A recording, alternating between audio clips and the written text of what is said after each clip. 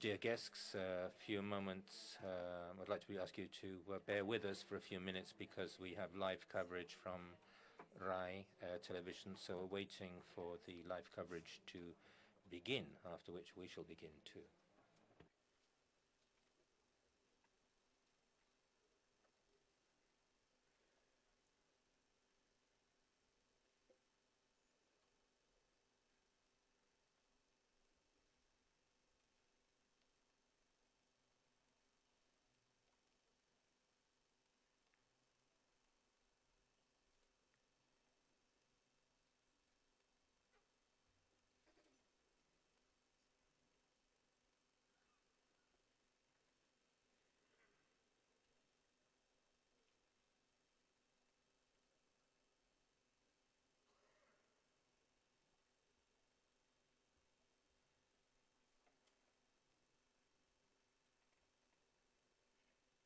Sorry for the delay, but we are waiting for the live broadcasting. It's just a matter of a few minutes. I do apologize for this.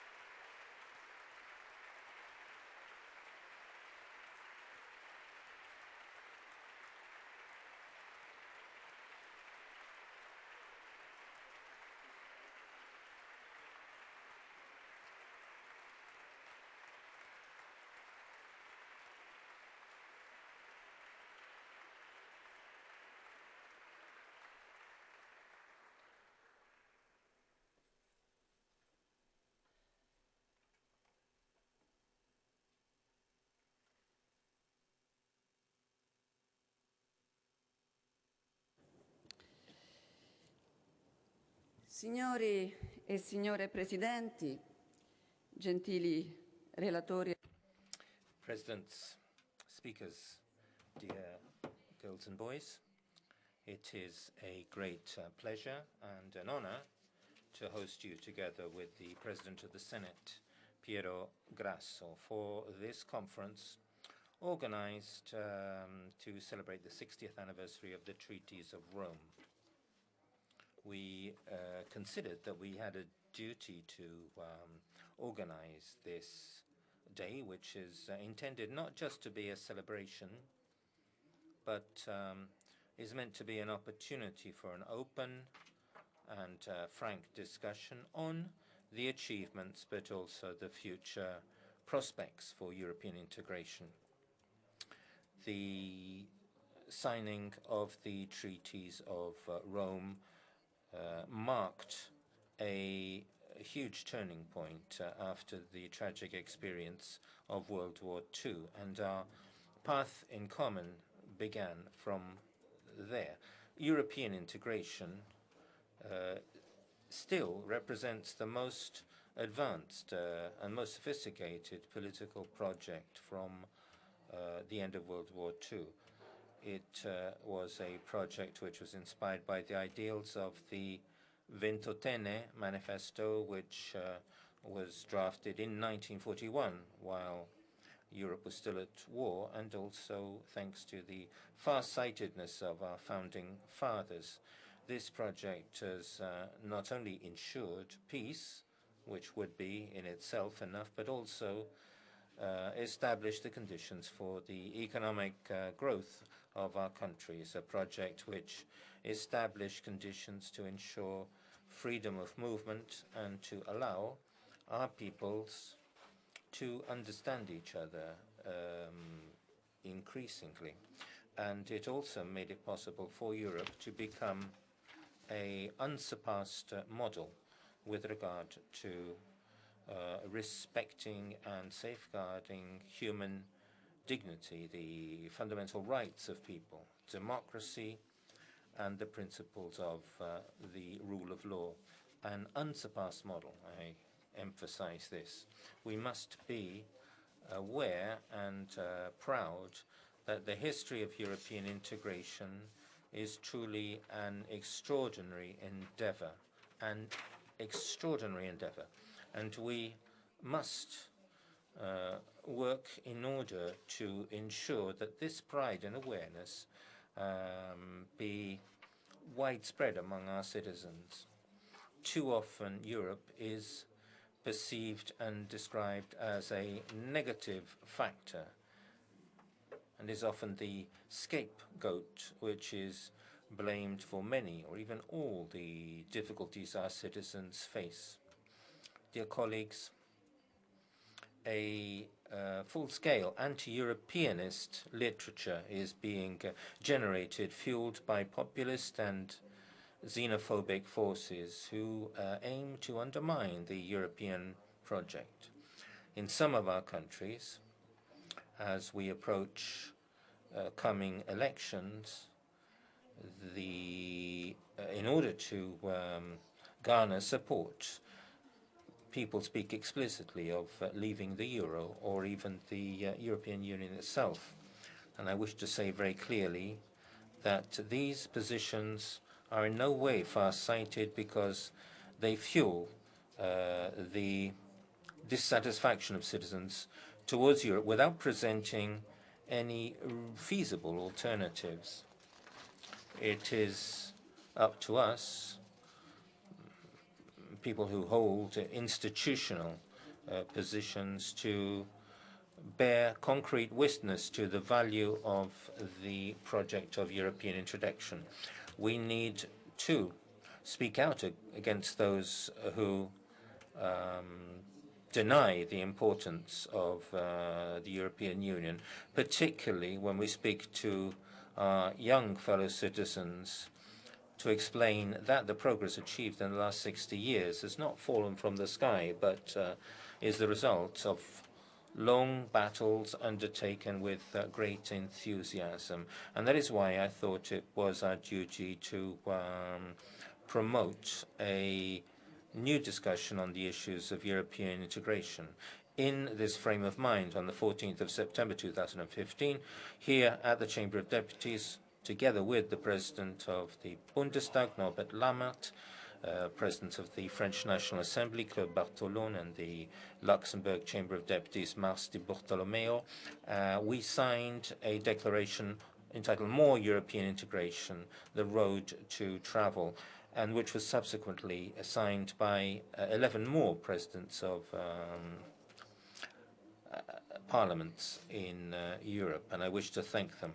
I'm convinced that the discussion on the future of our continent has to be held first and foremost inside our parliaments, because parliaments in today's democracies are the highest forum for political debate.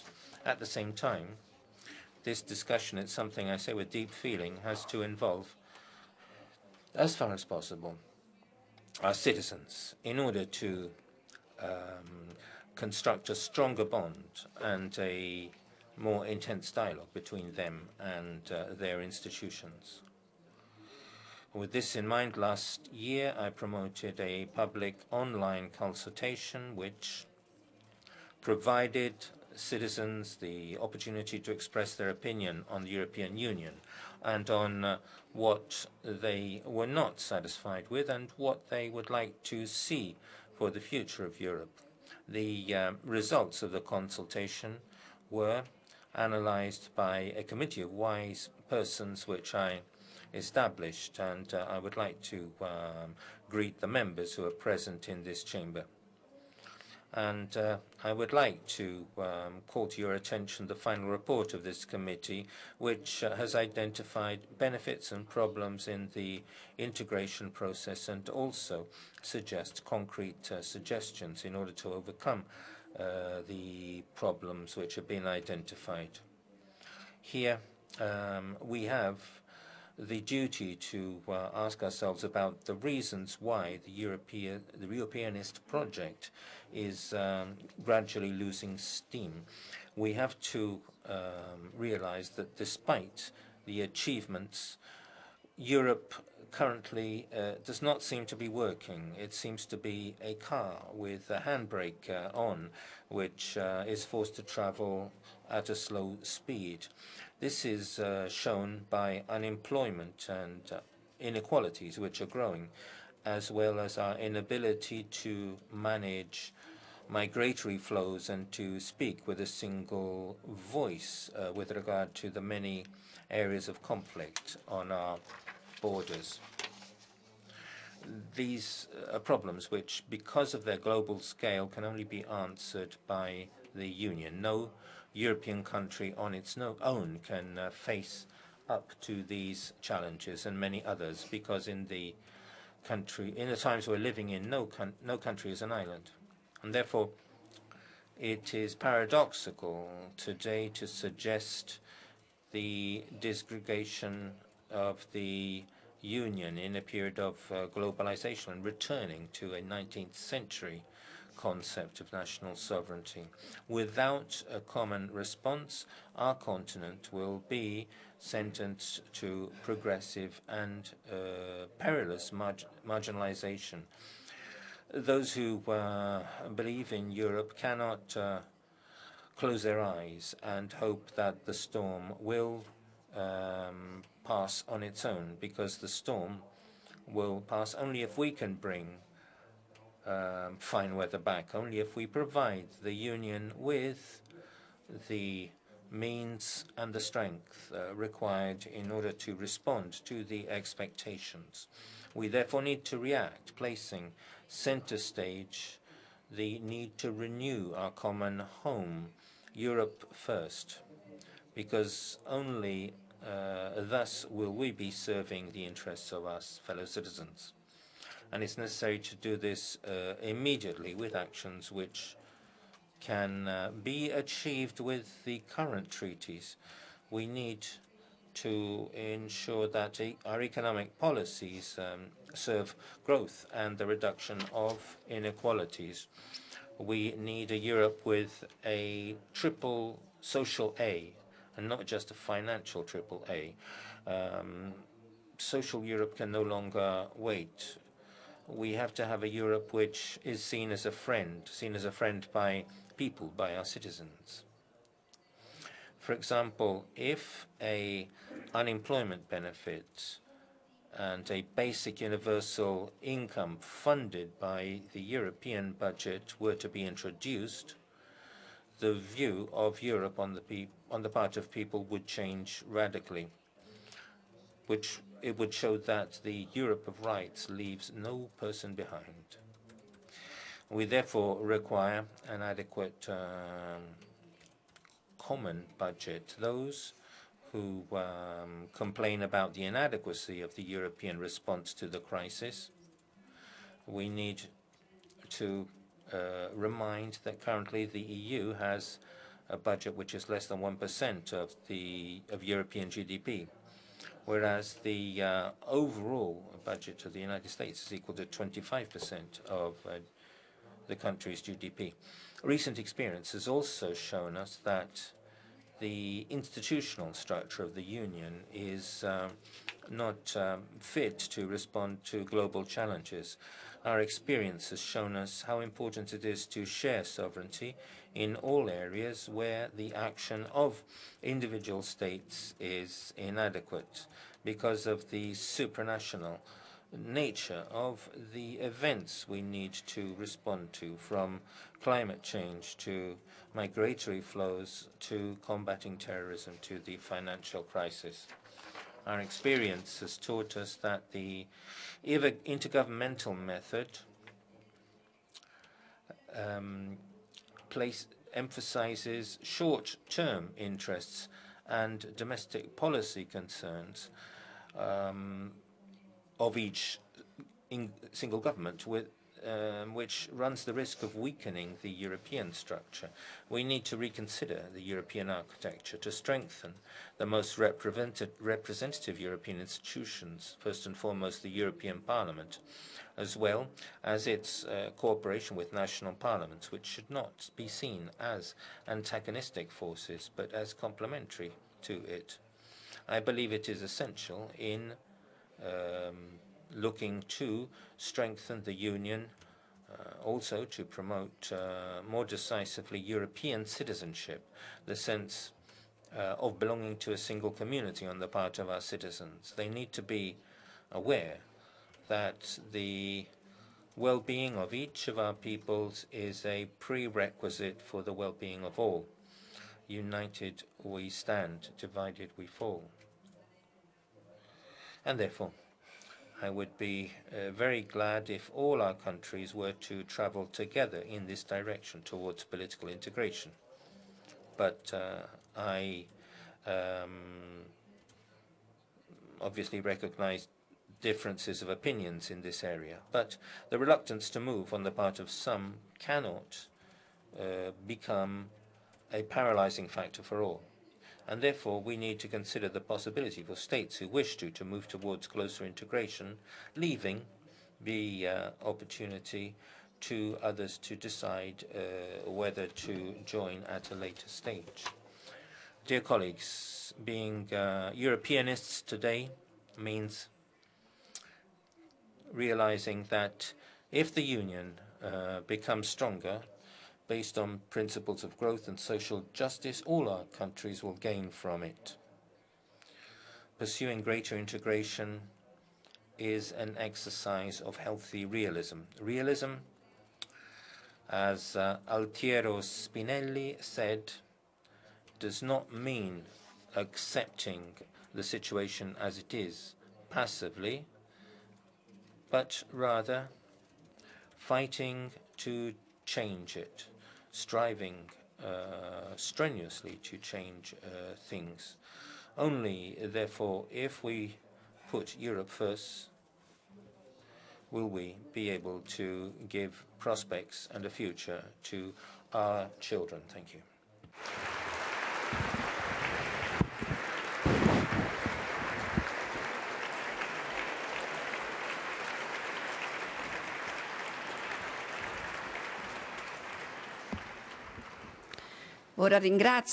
I would like to thank the youth orchestra and the children's choir of the Teatro dell'Opera of Rome, and we felt it was appropriate to open our meeting with music, which is a language of peace and hope that unites all peoples. And now we're going to show you a historical video that highlights the main developments in the process of European integration. Adenauer, West German Chancellor Adenauer, says that these two treaties are a fundamental milestone in the development of history.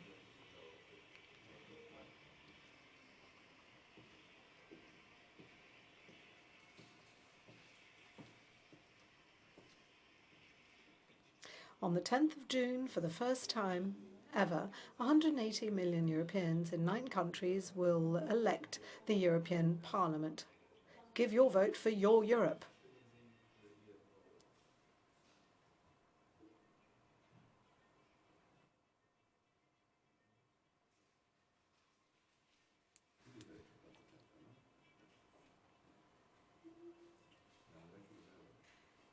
Finally together.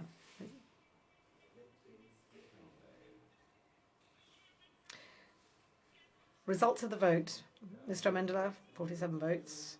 Madame Weil, 192 votes.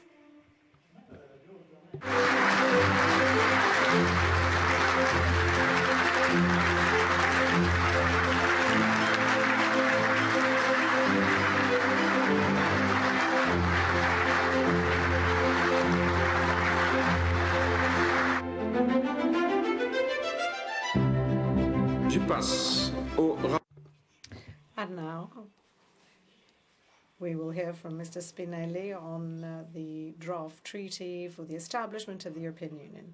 Matters of common interest cannot be adequately addressed unless we have a common power. I am like a midwife who helped this parliament to give birth to this child who now must live. Thank you. Thank you very much, Mr. Rapporteur. All have voted. Congratulations to the Institutional Commission and the Rapporteur, Mr. Spinelli.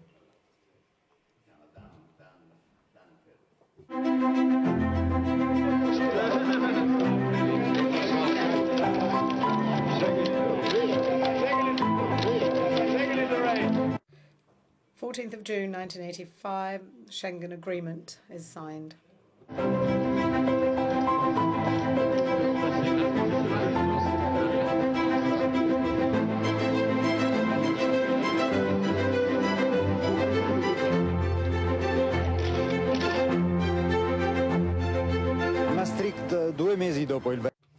In Maastricht, 2 months after the European Summit, in 9 official languages and 189 pages, we have the Treaty on the European Union.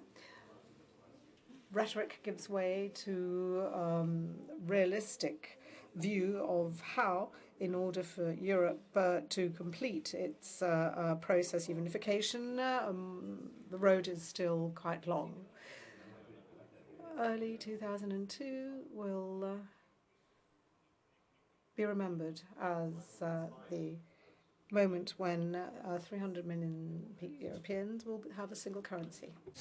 Increasing, we understand that we are building something new in world history. We are changing the concept of nation states, and we are building a new protagonist in the world economic globalization. The Constitutional Treaty is, for Europe, the right answer at the right time, and to play down the unitary spirit that generated it would be tantamount to betraying the trust and expectations of our people and of young people in particular. We must not surrender to the syndrome of economic decline. Mezz'ora, 25 firme in un grande 25 signatures before President Ciampi. Mr. Berlusconi is the 10th to sign. Europe has its constitution, which will come into force in 2009 and will regulate all of the institutional relations and the life of Europeans. Enlargement is underway. 25 members now, 4 million square kilometers, 450 million people, Poland, Hungary, Slovenia, Czech Republic, Slovakia, Estonia, Lithuania, Latvia, Cyprus, and Malta. 8 of the 10 new states were part of the old communist bloc, which ended with the end of the Soviet Union, paving the way for the current enlargement of the European Union. With Slovenia, the number of nations adopting the euro are now 13. Millions of Bulgarians and Romanians are now European citizens. And here we see how all of the organs of the European community, which at times struggle to reach an understanding, were entirely in agreement in choosing the same flag.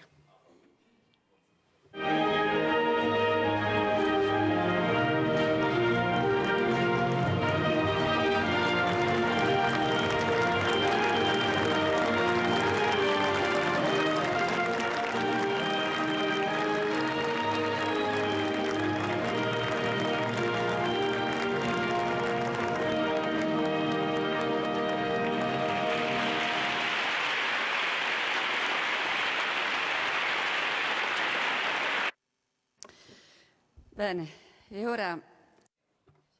And now I have the pleasure of calling on Professor Romano PRODI, former President of the European Commission, former Italian Prime Minister, with an extraordinary experience in European institutions. He will certainly provide us with some interesting insights. Over to you, Professor PRODI. I am honored to speak before the true representatives of European people as we celebrate the 60th anniversary of our institutional treaties. We are here to remember our great past, but we're also here to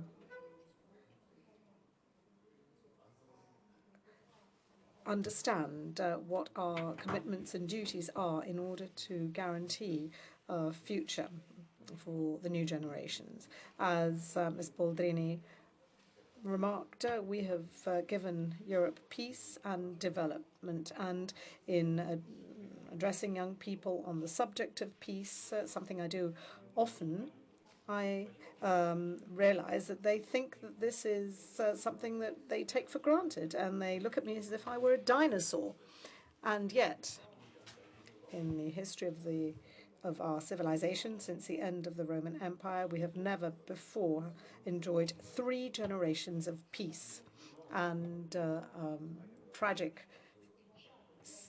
situations, as we know, continue to characterize our neighboring region. We have guaranteed peace and security.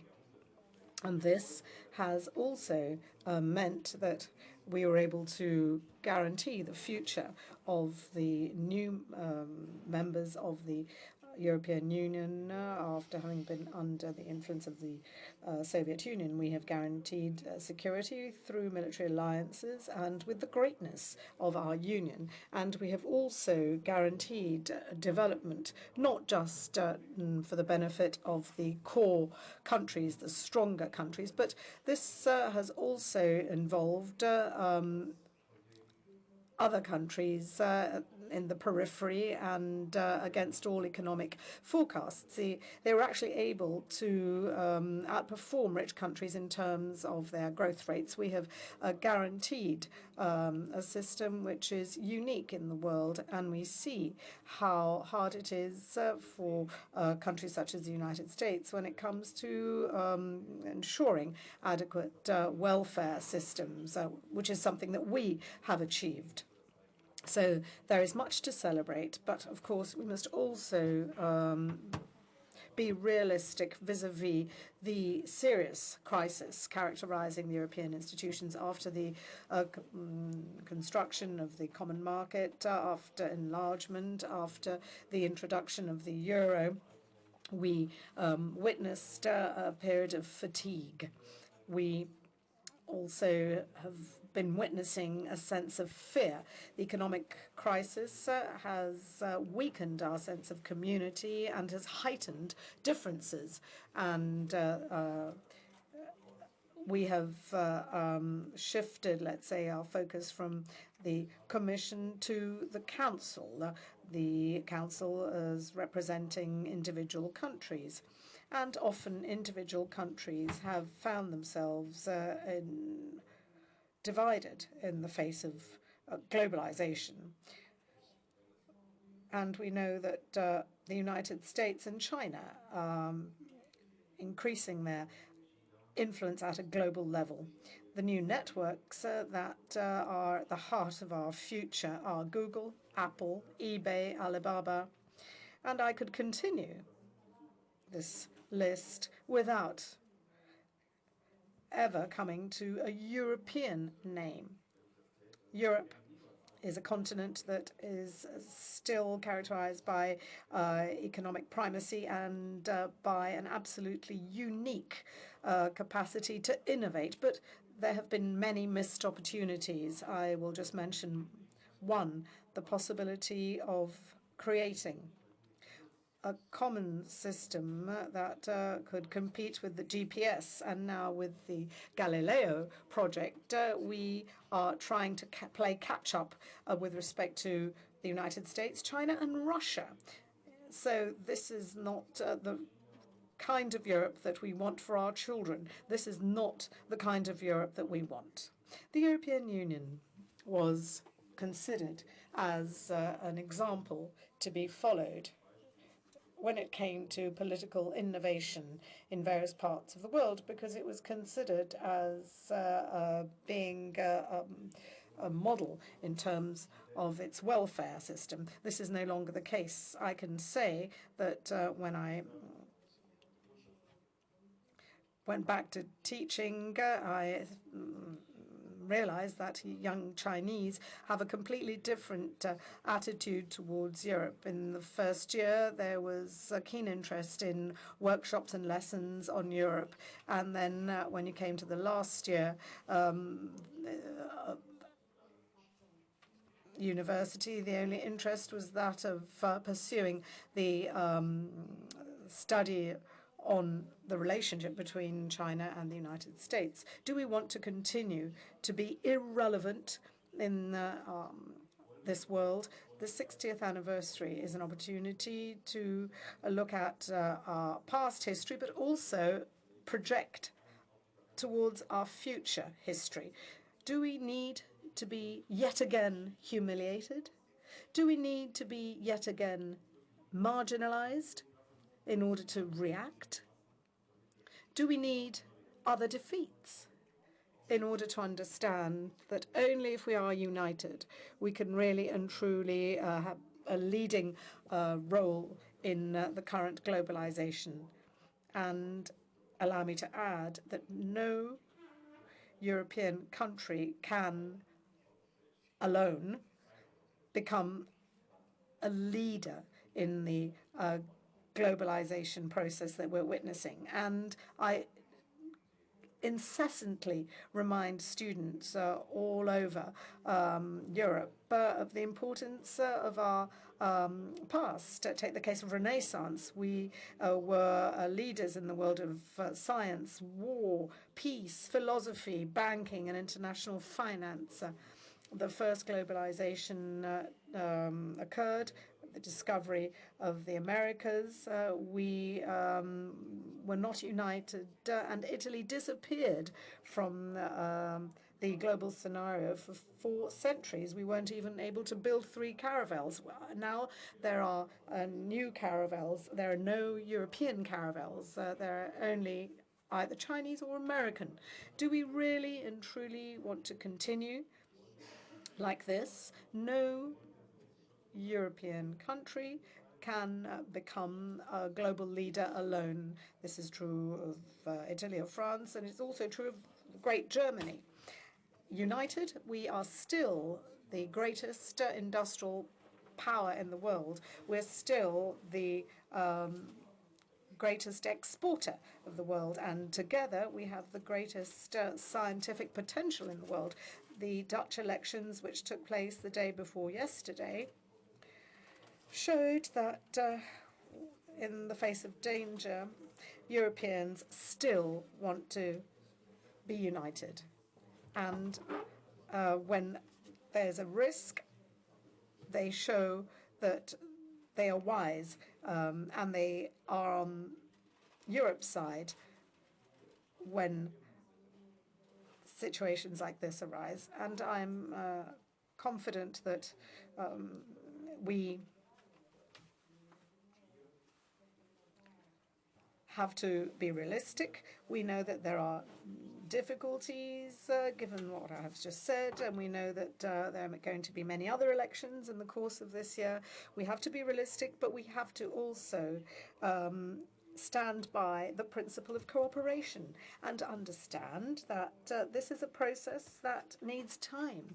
All of the peoples have to mature, and I'm referring to the fruits of Erasmus and the fruits of peace and security. The seeds that we have sown will bear fruit. The proposal that we had drafted and that we had explored aimed at reaching a second best with enhanced cooperation. Now we really must act. This is the time for action, as the German Chancellor has stressed. This is what is required of us in order to continue to make progress united and with a spirit of solidarity. Obviously, we know that we have to be increasingly attentive to the needs of a common defense. In the field of energy, we have to obviously rethink a common policy also with respect to the environment and not just energy. So we must be ready to seek common grounds for cooperation, even though this might not necessarily involve all of the European Union members, because as we have just heard from our president, the door is open to all. We don't want a multiple speed Europe, a closed Europe. We want to experiment with new opportunities, and success means that all can eventually participate. We know that this is going to be a long path, and we know it is going to be a challenging path. But we have shown with the euro and with many other experiments that we are capable of transforming the very basis of modern state. The Treaty of Versailles, the Treaty of Westphalia, obviously, were the founding principles of the sense of the modern state. And we have evolved, we have continued to transform the state, and we must continue along this path, ensuring that we deliver peace and security with a supranational element that must be complementary to our national, let's say, spirit that still matters to us. I think of myself as being an Italian and a European, and I'm sure that you all feel that you belong to your nation, but at the same time, you're proud of the opportunity that is given to stand together to challenge the world. So we must feel united, members of our individual countries, but also members of the European Union. So I would like to add that we can give our younger generation an answer. We've guaranteed peace, security, and development And that is not all. We have also ensured that they and their children will have a leading role at a global level. It'll take time, but they will eventually understand the greatness of this mission. And this is why the anniversary that we are celebrating is only partially about looking back to our past. It must be seen as a passport in order to play a leading role in the future. Europe deserves this. Thank you.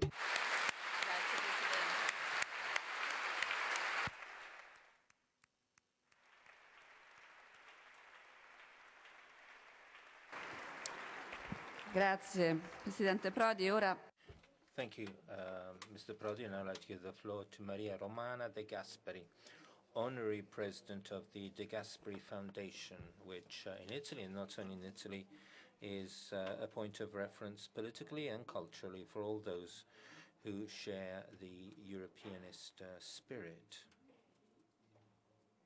Many thanks.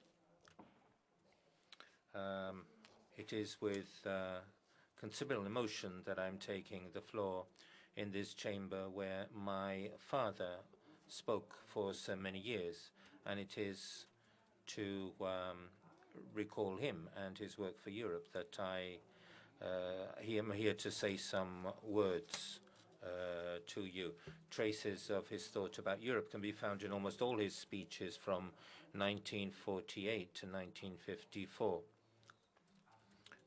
Some were spoken here in the Chamber of Deputies, and others were pronounced during election campaigns. But in all these speeches, the European idea took a clear shape, and this was the result of deep reflection, and certainly also in his speeches at the Council of Europe in Paris and the Round Table in 1953, held in the presence of historians and scholars. As De Gasperi developed the idea of a community of peoples, we always find the idea of cooperation based on the right to freedom, moved by a high sense of justice and the respect of the human person, but made even more alive by a Christian message. He never underassessed the liberal component in the organization and use of political power, or the idea of solidarity of the working class without forgetting the importance of a common market. And so a complex idea which was meant to be part of our common basis. But I don't think that our job here is to reconstruct the history of past events, but to look at the reasons which moved the fathers of Europe, as Schuman, Adenauer, and De Gasperi were called, leading them towards a program of European unification, and to see whether these ideas are still valid today. The new economic and monetary laws won't enrich us, but tolerance and brotherhood, which transformed into works of peace and solidarity domestically and internationally, will give us peace and the title of European citizens. So turning back, we see that the first stages of a common European endeavor were taken in 1950 with the declaration of Robert Schuman on the 9th of May, which called for the transfer of real powers to a common organization for coal and steel, and the signature on the 18th of April 1951 of the treaty which established the European community of coal and steel community, without forgetting that in August 1952 the executive body of the coal and steel community, the High Authority, entered into operation in Luxembourg under the presidency of Jean Monnet. And finally, the establishment of the common market in 1953, and in May 1954 De Gasperi was elected president of the Common Assembly of the European Coal and Steel Community. But in August, the French National Assembly rejected a common European defense treaty. And this completed the difficult task of de Gasperi to move to a union of peace, cooperation, justice, and common endeavor. In a speech he gave in Rome before an assembly of scholars and historians, de Gasperi had concisely spoken of the deepest parts of his European vocation. The tendency to unity, he would say, is one of the constant features of history. First, in embryonic shape, human thoughts come together and then unite to form a broader and more homogeneous entity, because the more human society expands, the more it feels one in their instincts before they understand things clearly. Men carry in them what God wills of them, ut unum sint, in order that they be one thing. It may seem strange today to hear a politician speak in this way, but he was not the only person. Schumann, too, who grew up on the boundaries, on borders between countries, a supporter of the common market and Euratom, said that it could not just be an economic construct. He said, il lui faut une âme, it needs a soul too. And therefore, there was a call to brotherhood and to understanding. One may ask how the project of a common army, European army, could have taken place in this project, which was supported strenuously by de Gasperi, Schumann, and Adenauer. It's interesting to read the discussions in a meeting in Brussels among representatives of various countries of Europe on the need to plan a common army together with the coal and steel community. Initially, it was attempted to focus the discussion on political and institutional issues, and there was also a discussion of technical measures. But more than once, in that discussion, de Gasperi stressed the principle that creating such an army is not possible without solving the underlying political issue, the nature of the community. If, he says, we transfer all our armies to a European Parliament, European power, parliaments and peoples must know how this power is organized and how it will manage its tasks and how it will be overseen. It is therefore necessary that in the European community there be a representative body, which may also be established by powers delegated from national parliaments. The European executive body, which should be collective, would be answerable to this European representative body. The war had finished only a few years earlier, but the ravages of war were still visible. It seemed important to make it impossible for wars to reoccur in Europe by uniting armed forces.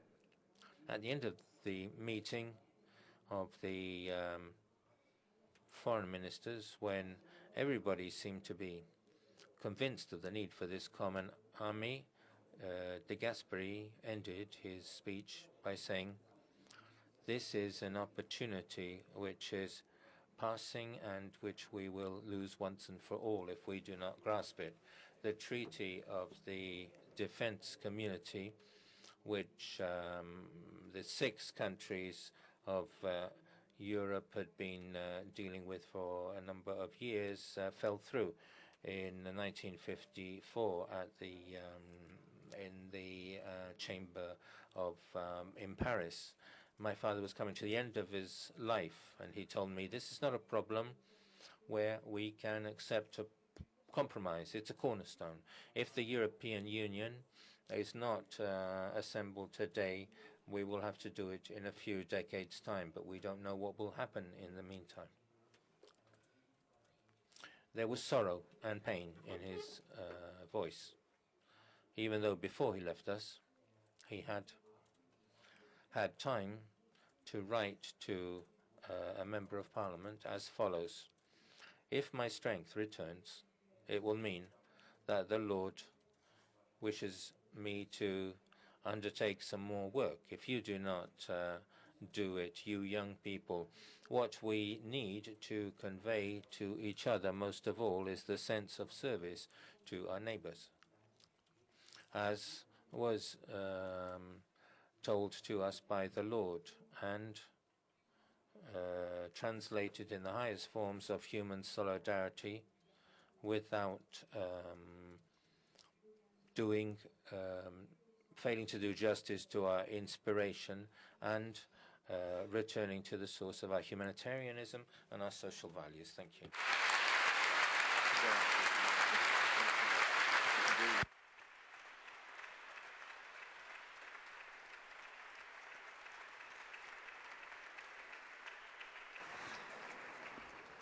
Grazie.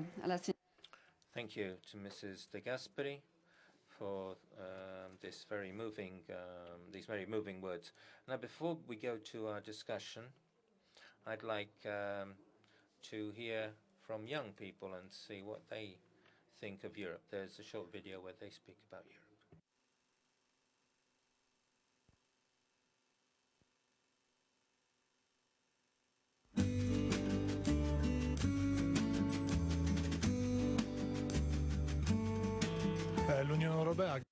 The European Union has not only guaranteed the growth of a freer way of being, but also a way of being and expressing oneself. Europe has guaranteed peace, which is unprecedented. It's 60, 70 years since we had a war.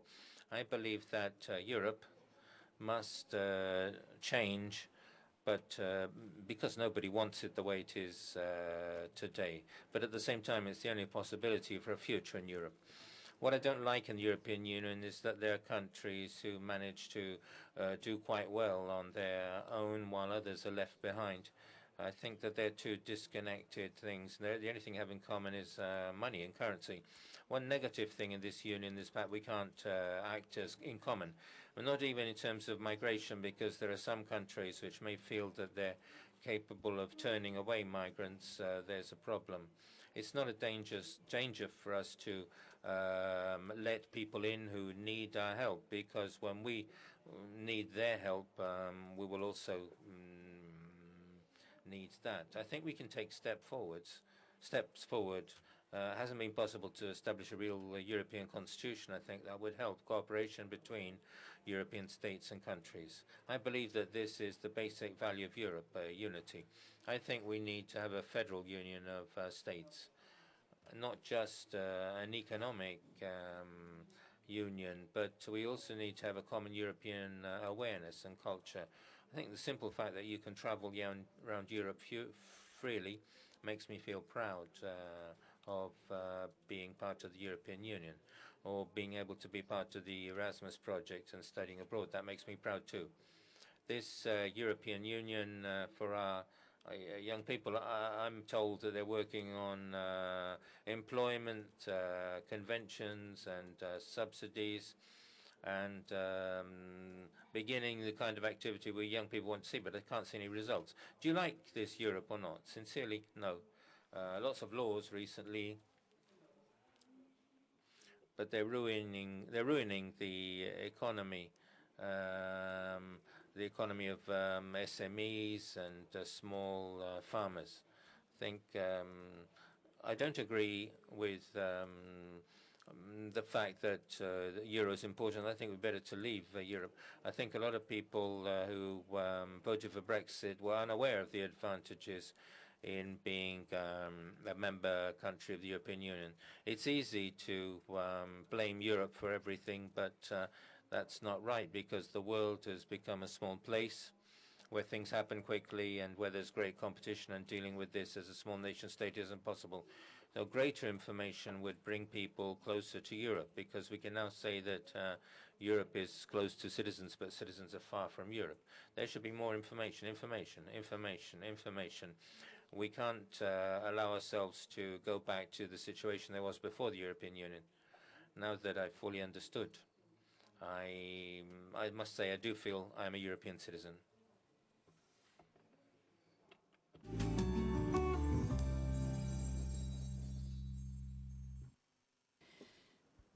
Bene, allora adesso... Very well.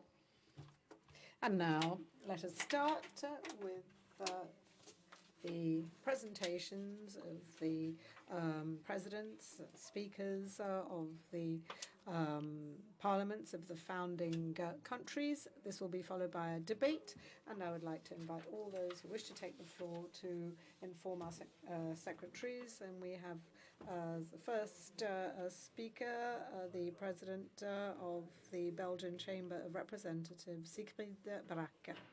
Madam Speaker, Mr. Speaker of the Italian Senate, dear colleagues, ladies and gentlemen. You may want to stand up if you don't mind. Thank you very much. With pleasure, Madam. Thank you. First of all, thank you for having taken the initiative of gathering us together in Rome in order to commemorate the 60th anniversary of the signature of the Treaty of Rome. In a way, Madam Speaker, we have the privilege of being a step ahead of the heads of state of government who will also be meeting in Rome 27th of March. And I hope, ladies and gentlemen, you will not be upset if I briefly recall the role my country played in this great adventure. It was indeed at the Chateau of Val-Duchesse in Brussels that a long conference began in June '56, which led a year later to the signature of the Treaties of Rome. The Belgian Foreign Affairs Minister Paul-Henri Spaak was then asked to chair the conference. As one of his members of staff emphasized at the time, the aim was to encourage the governments of these 6 countries and sometimes compel them to approve decisions that would profoundly alter practices and ways of thinking that had lasted for centuries. Since the fall of the Roman Empire, provincial interests on short term had prevailed. In future, these countries would have to share a concept of community interest that was completely at odds with all their tradition. But Minister Spaak would succeed beyond expectations. And it was indeed on the Capitoline Hill in the prestigious setting of the hall of the Horatii and Curatii that the minister signed the 2 treaties establishing the common market, and not to forget Euratom. It was a very good idea of our Italian friends to sign the treaty in Rome. Some were undoubtedly dreaming of the renaissance of a new Rome, not only a united and powerful empire, but also a civilization dedicated to human dignity and based on the rule of law. Speaking on behalf of Belgium, Minister Spaak gave a moving speech celebrating, quote, those who had created something great and who had done so which is remarkable and perhaps unique by renouncing any use of force, coercion or threat, relying only on wisdom, brains and solidarity. Solidarity, which brings me, of course, to the nowadays situations of Europe. Europe which is definitely in crisis, it has been said before, but crises are challenges and challenges are meant to improve the future. The lack of credibility and the lack of narrative draw increasingly violent criticism, even hostility. Criticism, for example, on uncontrolled immigration, insecurity, distortions of competition, the problem of a whole series of economic sectors, or the, let's put it mildly, relative importance of the European Union's foreign and defence policy. Ladies and gentlemen, do we have a narrative? Do we have a good story to tell? Our parliaments, are they only politically correct houses, or do we give the better answers to good questions? Recently, there has been much talk about multi-speed Europe. This is, to be clear, not a new concept. It even shaped Europe. Think of the Schengen Eurozone, which we saw the beginning in the movie picture some minutes ago.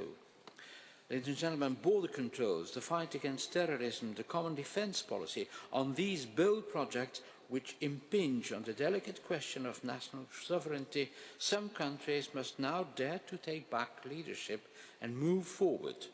But it would be a mistake to consider that a multi-speed Europe is only a way of getting rid of countries resistant to European ideals. On the contrary, it is a way of showing example, encouraging other member states to join the movement initiated. Dear colleagues, European citizens are not asking for more rules or even for more new treaties, but they ask for more jobs, for security, for growth and for sustainable prosperity. They want a Europe that talks less but does a bit more. A Europe that makes them proud to be European. At a time when many citizens no longer identify with the European Union, it is time to think about what could bring us closer together. No one is a European citizen just because of a treaty.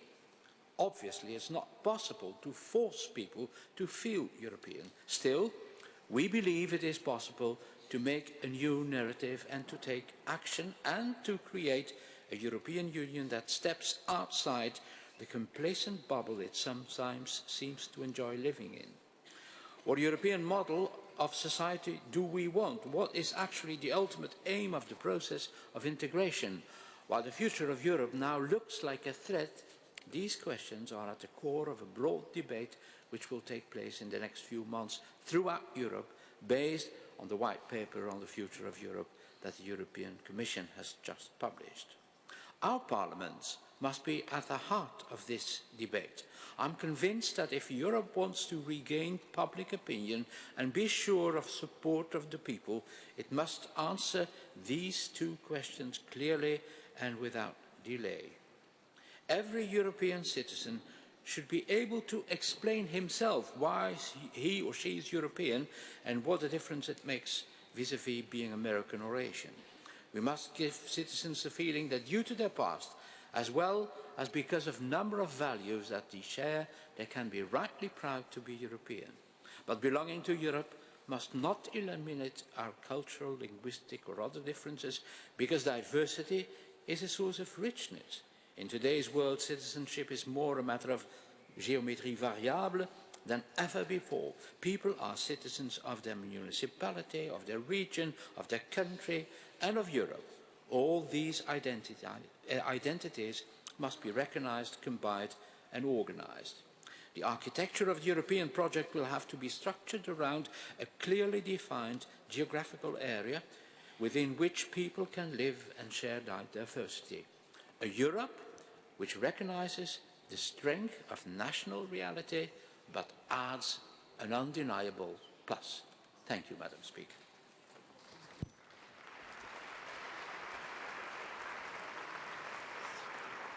Grazie, Presidente. Thank you very much for your contribution. And now I have the pleasure of calling on Claude Bartolone, who is the President of the French Assemblée nationale. Claude Bartolone, you have the floor. Alzare il microfono. Madame la Présidente. Thank you, Madam Speaker.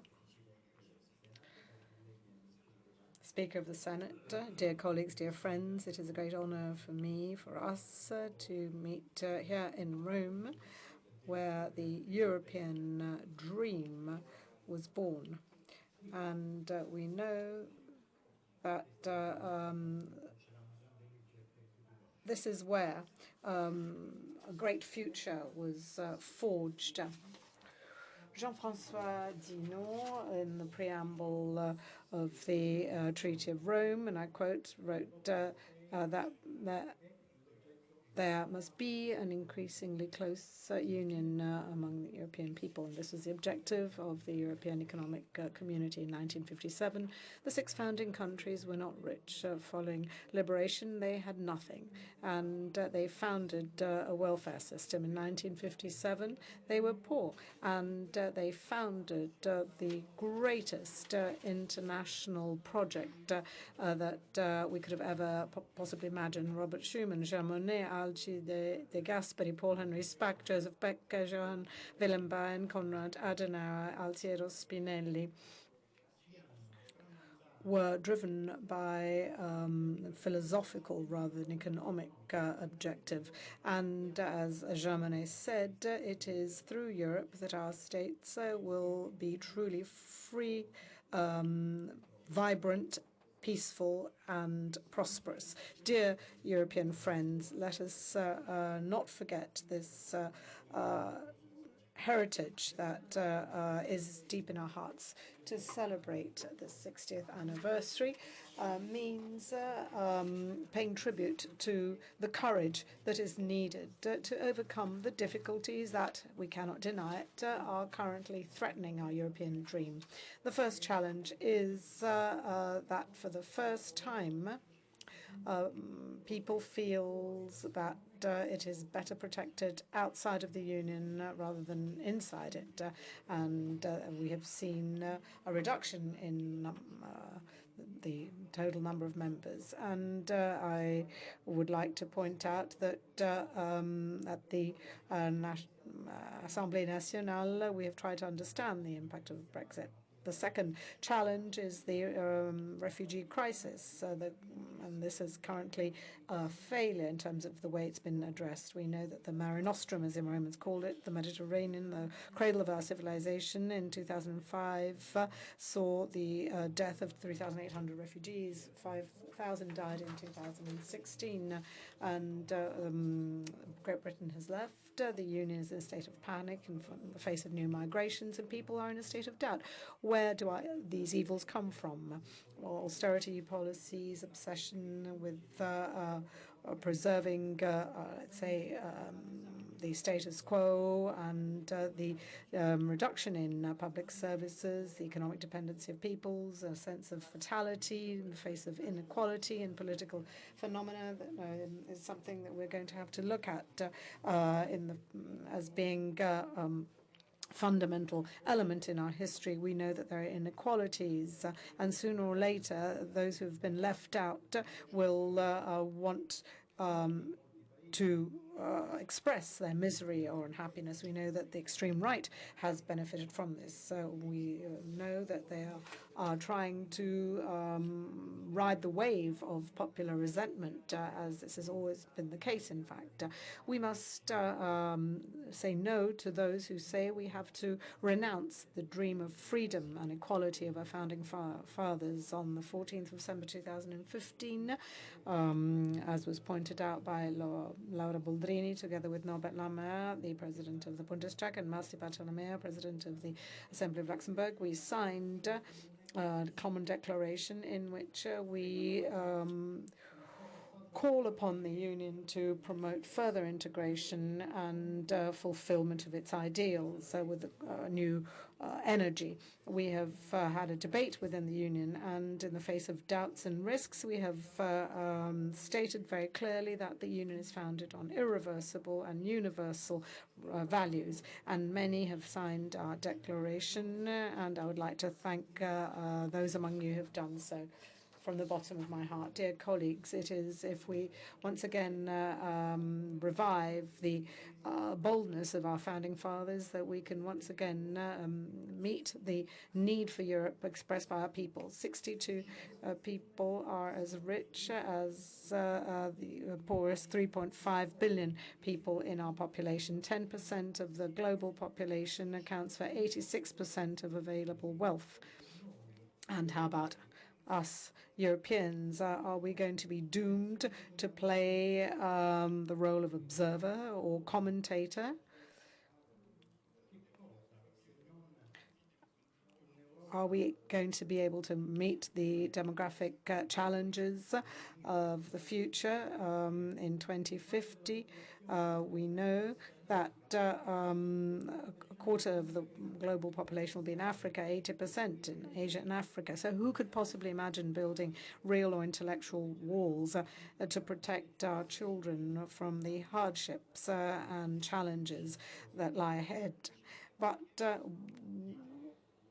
the idea of an isolated fortress is something that people who are afraid at the moment are pursuing.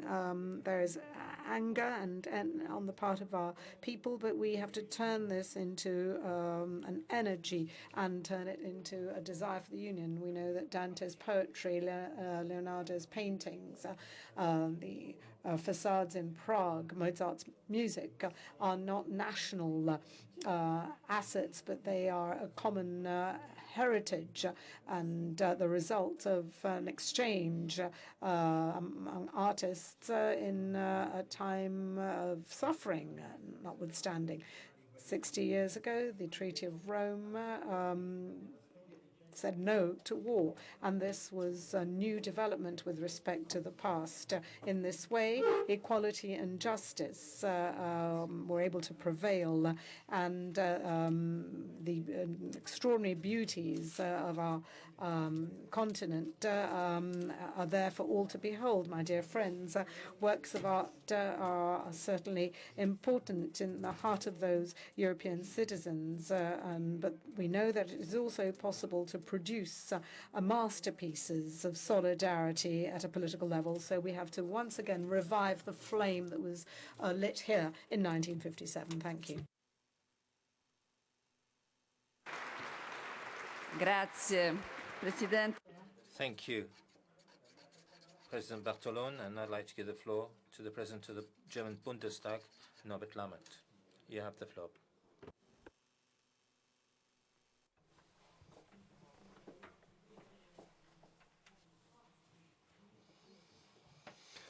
Madam Speaker, dear Laura, dear colleagues, 10 years ago, on the occasion of the 50th anniversary of the Treaties of Rome, the heads of state and government of all member states spoke about the grand European story of success, and they celebrated it in the so-called Berlin Declaration. The final sentence of this declaration says, "We Europeans are united in our strive for fortune and success." This could also be the headline for a motto on the occasion of the 60th anniversary, because the sentence is as true today as it was 10 years ago. But the mood is different today. And the situation might be different as well. When people talk about Europe, it's rather negative. And as Jean-Claude Juncker said, quite rightly, unfortunately, a couple of days ago, those who speak worst about Europe are the Europeans themselves. And it seems to be true that the achievements of the European process of unification seem to be closer to Americans, Asians, and Africans, more so than to ourselves. The American president, the former American president, Barack Obama, said in a speech before both houses of the British Parliament, and he spoke about his perception of the European process of integration as follows. He said, "The European integration and the European Union remain one of the most significant political, economic achievements in the history of mankind." Well, obviously, we haven't quite come to terms with this, nor has his successor in office, apparently. But at any rate, it is no longer the common perception among us Europeans. In the 60th year of the Treaties of Rome, for the first time, a member state declares that they want to leave the Union. And this is not the biggest catastrophe in Europe's history so far, but it is, of course, a huge setback. And it is a true anachronism. Because, just like Laura Boldrini said, like Romano PRODI said this morning, the true challenges of our time, the true challenges of the 21st century cannot be met successfully on the national level. Neither will we be able to master the challenges of global migration, nor the refugee flows, nor the consequences of financial markets, nor the challenges of international terrorism will we master on a national level. This is not possible. And any attempt to master these challenges individually will create at least as many new problems as one allegedly is trying to solve with this national initiatives. Only by sharing sovereignty will we Europeans be able to preserve the largest possible remains of what national states used to claim for themselves successfully in the past, and which today is really only promoted by those who live in the past. That is to say, to be able to solve your own affairs independently and regardless of your neighbors and others. And this is why we need the union of European states. And since it is obvious that neither the American nor the Russian president have a significant interest in a strong Europe, this is an additional indicator that we must have a vested interest in a strong Europe. This is my expectation, and this is the expectation I have from national parliaments, because they have to decide and debate the question what we do in times of globalization and how we deal with what is left in terms of sovereignty in these times of globalization. And we have to be aware of the obligations that was expressed with the principle of subsidiarity of the European treaties. That is to say, those items that do not need to be solved on the European level should be solved on the national states, on the regional level. And this is our intelligence test that we have to pass every day in the national parliaments, and I call upon all of us that we meet this challenge with a common European perspective. Thank you.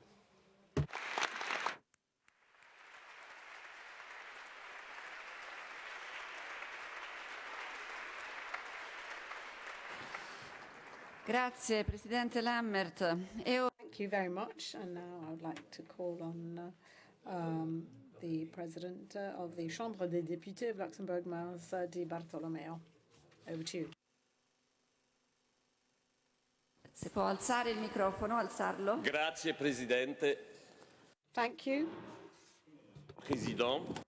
Presidents, dear colleagues, ladies and gentlemen, dear fellow European citizens.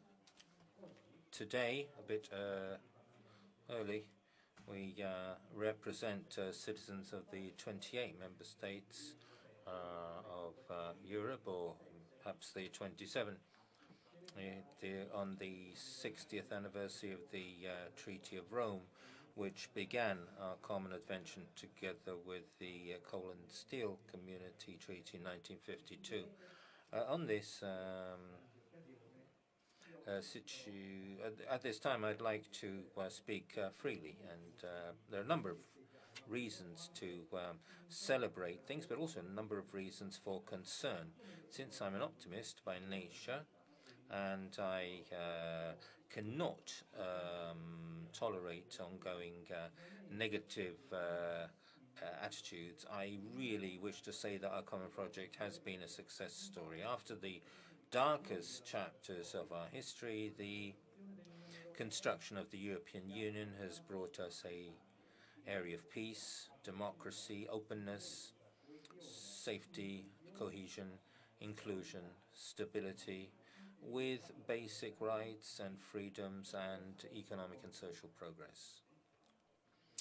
Perhaps our biggest mistake has been to let our citizens believe, our citizens who didn't live the tragedies of the 30s and the 40s, that this all happened naturally.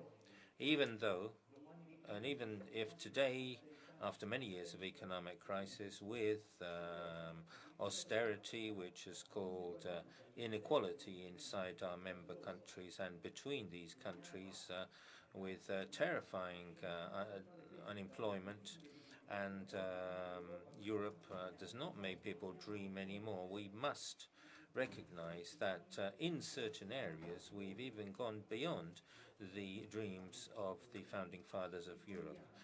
Let us recall that Schumann, de Gasperi, Monet, Beck, Adenauer, Spaak, Mansholt, Spinelli, Bayen and others had set themselves the goal of establishing a larger space of peace, democracy and prosperity through political and economic cooperation.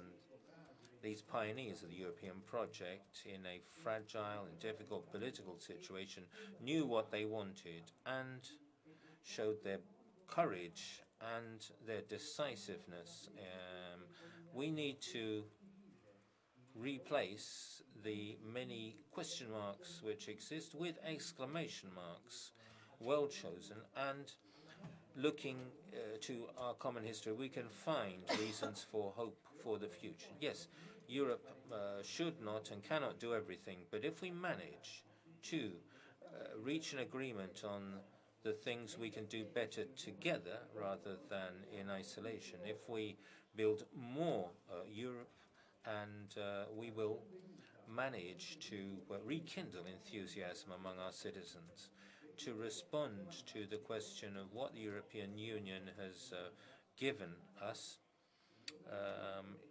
All we have to do is to look back 65 years before and consider where we would be without the European Union.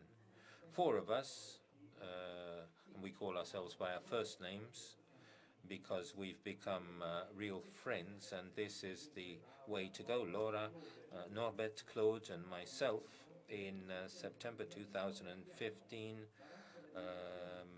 launched a Declaration of Rome, which has been signed by 15 other colleagues, and which was partially endorsed by other colleagues. So it's not one team against another, but there are bridges which exist and which we need to take care of. We believe that re-establishing our links with our citizens is something which need to be carried out essentially by our national parliaments. And I also like to stress the initiative of European political personalities who are involved in the Civico Europa project, which mobilizes our citizens to tackle together the challenges facing us. And I also commend the white paper which was presented by the President of the European Commission, which encouraged us to face up to the necessary political choices to move forward our European project. And I'm also glad that the first report, which will be presented by the Commission in the framework of the process launched by the white paper, will focus on social issues in the hope that we'll be able to rediscover the right balance between economic and financial priorities and social priorities. And I hope that in this framework we will find the drive to protect our social systems, which are based on solidarity rather than sacrificing them to purely accounting principles which have seriously impacted the most vulnerable of our citizens. Isn't it shocking to try to further reduce 500 euro pensions? And furthermore, at a time when traders of fear undermine our democracies and try to divide Europe or make use of fake news, which is just lies. We need to respond with an open discussion with our citizens and with patience, aware that the European project means combating exclusion and not producing more. If we want to become closer to our citizens, why not find inspiration in good practices which have unanimous support? For example, the Erasmus project every year leads to student exchanges in the 28 countries, which means the union becomes part of the DNA of students. Why not strengthen this process with a kind of social Erasmus? And we also need to find our pride in our common successes. For example, Airbus. Instead of speaking of British engines, German fuselage and French fuselage and German wings, let's be proud of this being a European product. And this is a kind of common awareness which we need in order to tackle certain events such as mass migrations. This also goes for our security, which cannot simply be summarized in a transatlantic diktat of 2% for sustainable development. It's obviously together doesn't mean one fits all. Finally, faced by many attacks against our fundamental values inside Europe and on our borders, we need to be the guardians of democracy, of the rule of law, of press freedom and freedom of expression. We must, first of all, not fall into the trap laid by the provocateurs, which we've clearly identified. So we all have a role to play to dispel the fog and the doubts which now surround the European Union. The last 60 years show that we can succeed and contribute to what the European Union does best, moving forward and not backwards, including and not excluding. And if Altiero Spinelli could consider himself as the midwife of the European Union, we need to do everything we can not to become the undertakers of this wonderful project. I have great confidence in our political will, and for this reason I'm convinced that together we can do much, much more. Thank you for your attention. Grazie, Presidente. Thank you very much, Mr. Di Bartolomeo, and congratulations on your excellent Italian and on the kind tribute that you've paid to us. And this brings us to our debate. 20 colleagues have expressed their intention to address the meeting, so I must apologize for the fact that there's only 3 minutes for each speaker. So without any further ado, I would like to call on the President of the House of Representatives of Malta, Angelo Farrugia.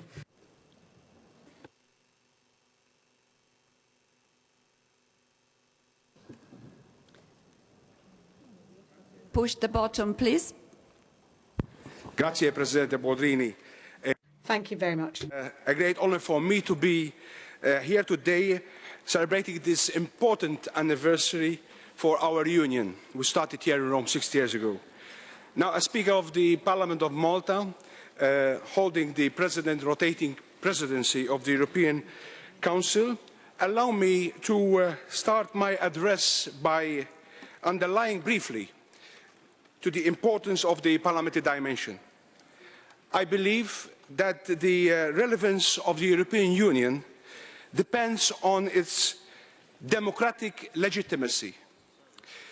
The growth and the development over the years of the various interparliamentary fora in which all our parliaments are active is evidence in itself of the fact that national parliaments, we national parliaments, and the European Parliament have become a more and a very important integral part of the European decision-making structure, linking the citizens who we represent and to the place where decisions are taken.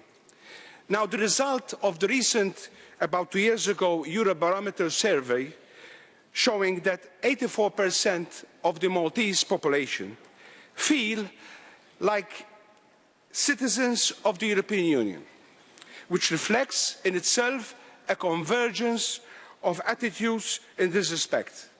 At the European level, the same survey showed that 25 member states, the majority of the respondents that took part in this survey, are of the opinion that the future challenges can be faced better from within the European Union rather than from the outside. Now, of course, we had the uncharted territory, of course, of the former withdrawal after the notification of one of its members we have the England, of course, regarding the Brexit. However, we must allow that this backdrop should not cast a dark shadow over the astounding achievements that we are celebrating together here today. I would like to conclude with a statement from a young Maltese person who was the winner of the competition, online competition, about what he meant by peace in Europe. And I quote it. His name is Larkin Zara. This competition was in 2012. He said this, and I quote, "My grandparents would have said a dream. My parents would have said a process. I say it is my everyday reality. Let's keep this reality together." Thank you very much.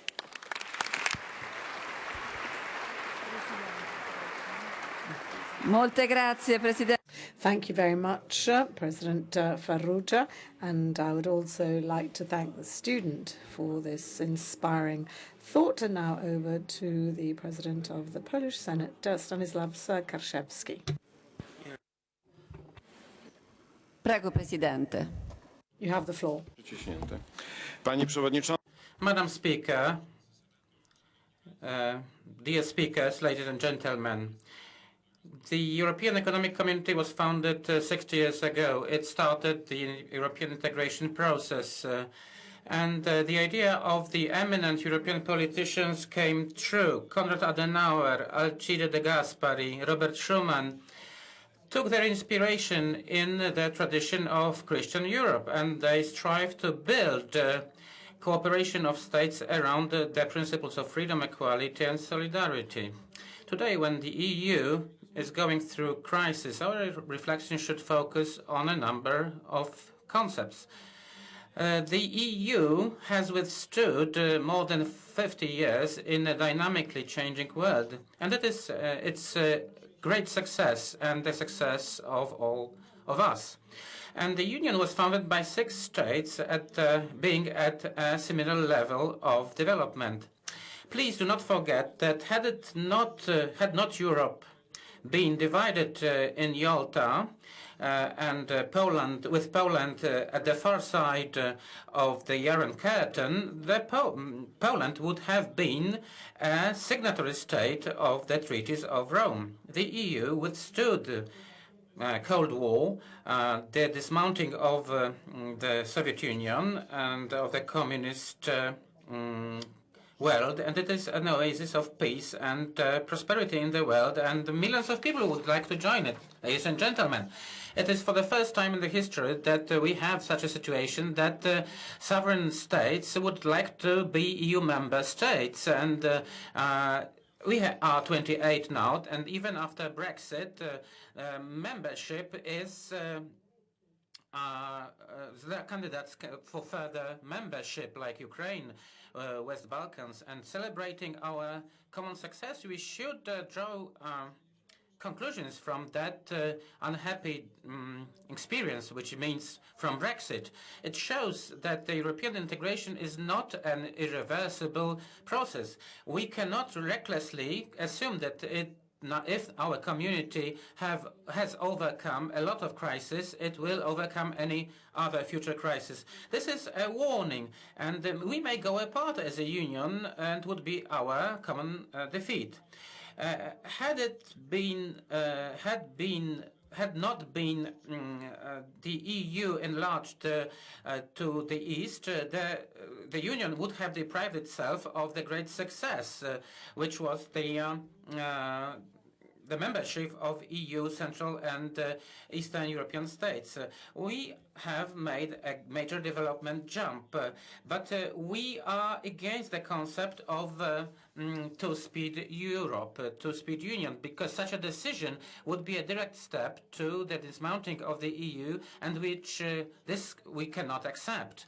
In our part of Europe, people are for the Union, for the EU, and we are the success of the European project. And when discussing reforms, we should not forget about the impact and responsibility of the national parliament and their influence on the EU policy. It's too early today to preempt on the future future of Europe, but it is not too early to declare that the EU will open new possibilities of development while fulfilling some basic conditions. From our point of view, it is the important thing is not to restore the division of Europe between the center and peripheries. Ladies and gentlemen, the reformed union should be open to the integration of all its members. We should preserve our great integrating potential vested in the single market. We have to protect our European identity. We want all to conciliate democracy, integration, and sovereignty. Our solidarity should be key in this respect. And solidarity was born here in Rome 60 years ago. La ringrazio. Thank you very much. And now over to the President of the Senate of the Netherlands, Ankie Brugges-Knoll. Thank you very much, Madam President. It is a great pleasure to be here as President of the Senate of the Netherlands, one of the 6 proud founding members of the European Union. My colleague, Khadija Arib, is not available today. She's the President of the House of Representatives, but she's sorry she can't be here because we had these elections 2 days ago and there's a lot of work to be done. Excellencies, ladies and gentlemen, dear colleagues, Europa unità per il progresso e per la pace. Europe is united for progress and peace. Italian posters publishing the signing of the Treaties of Rome 60 years ago. A Europe united for progress and peace. Today we celebrate this founding moment of European unification. 6 signatory member states took the first steps to foster economic cooperation. Together, they triggered a level of cooperation that was unprecedented. They all believed that countries that trade with one another become economically interdependent and are therefore more likely to avoid conflict. They were right. To this day, the European Union remains a unique form of governance and partnership. It is neither confederal nor federal. It is unique. It is an organization sui generis, and it has brought us much. In the coming months, all national parliaments and the European Parliament will debate the 5 possible courses the President of the European Commission, Mr. Juncker, has laid out in the White Paper of the European Commission. As Mr. Juncker said, Rome must also be the start of a new chapter.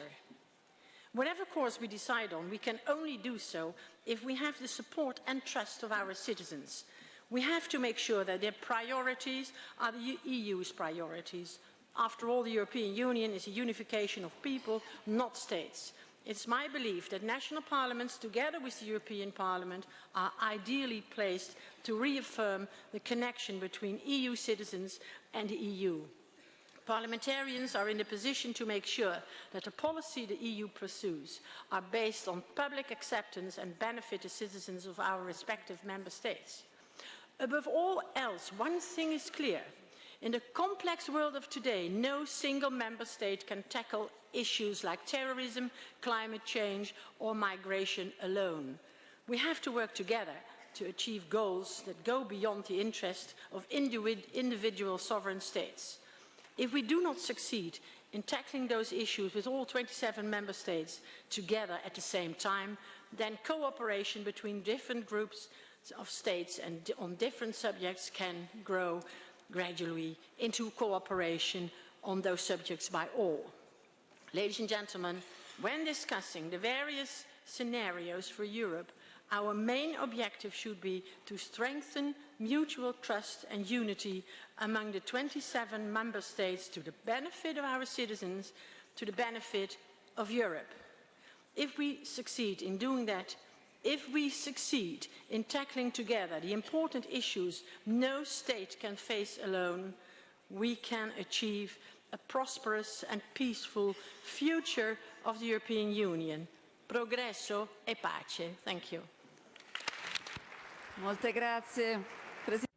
Many thanks, President. And now I'd like to give the floor to the President of Swedish Parliament, Urban Ahlin.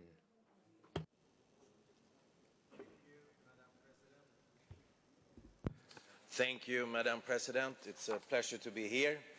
All roads lead to Rome. And 60 years after the signing of the Treaties of Rome, we are here.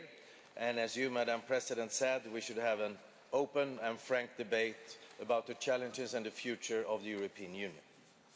I would like to say that mostly these debates ends up in a debate on more Europe or less Europe. And I think that is a dead-end discussion. For me, the European Union is not an ideology. It's not about more Europe or less Europe. It is a necessity. The European Union is a necessity because we all know that national states has its limits.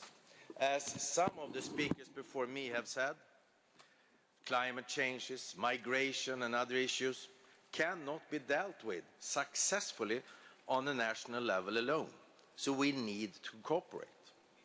So I really think this debate that we are having should be focusing very much on practical things that we do believe that we need to work together on in the European Union. Not have an ideological debate about saying you want less Europe, you want more Europe. We should have a practical debate. And as speakers, we also have a very important duty to do, and that is the things that we, according to the treaties, should do, meaning scrutinizing and overseeing what the proposals from the EU Commission are about, if they are in line with the subsidiarity, if they should be dealt on a European level or not. And I must say, I've been traveling around in many European countries, being invited by you, my dear fellow speakers, and I have met parliamentarians very angry about the European Union because they decide over the head of the national parliaments. But when you discuss with them, the national parliament has not scrutinized the EU proposals. There has been very few recent opinions by the national parliaments. I belong to a parliament that has made most recent opinions of all of the EU parliaments. Why? Is that because we think the European Union and the Commission is doing the wrong things? No. It is because we want to do the duties that we have to the treaties. We need to scrutinize and make sure that there is a legitimacy for the proposal that the EU is putting forward. That's a way we can handle it, to make a more legitimate Europe together. And has this 60 years been a success? Of course it has been a success. It's 60 years with peace in the European Union. Could we have done more? Yes, of course. But remember, 60 years in the European history is a very short period. And Rome wasn't built in one day. Thank you. Grazie, President Allen. Thank you very much. And I'd like to give the floor to the President of the French Senate, Gérard Larcher. Madam President,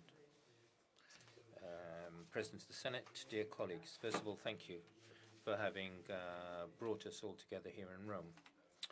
Our meeting is taking at a time when many people are questioning the meaning of the European project. That's a legitimate concern, but we should not forget the achievements.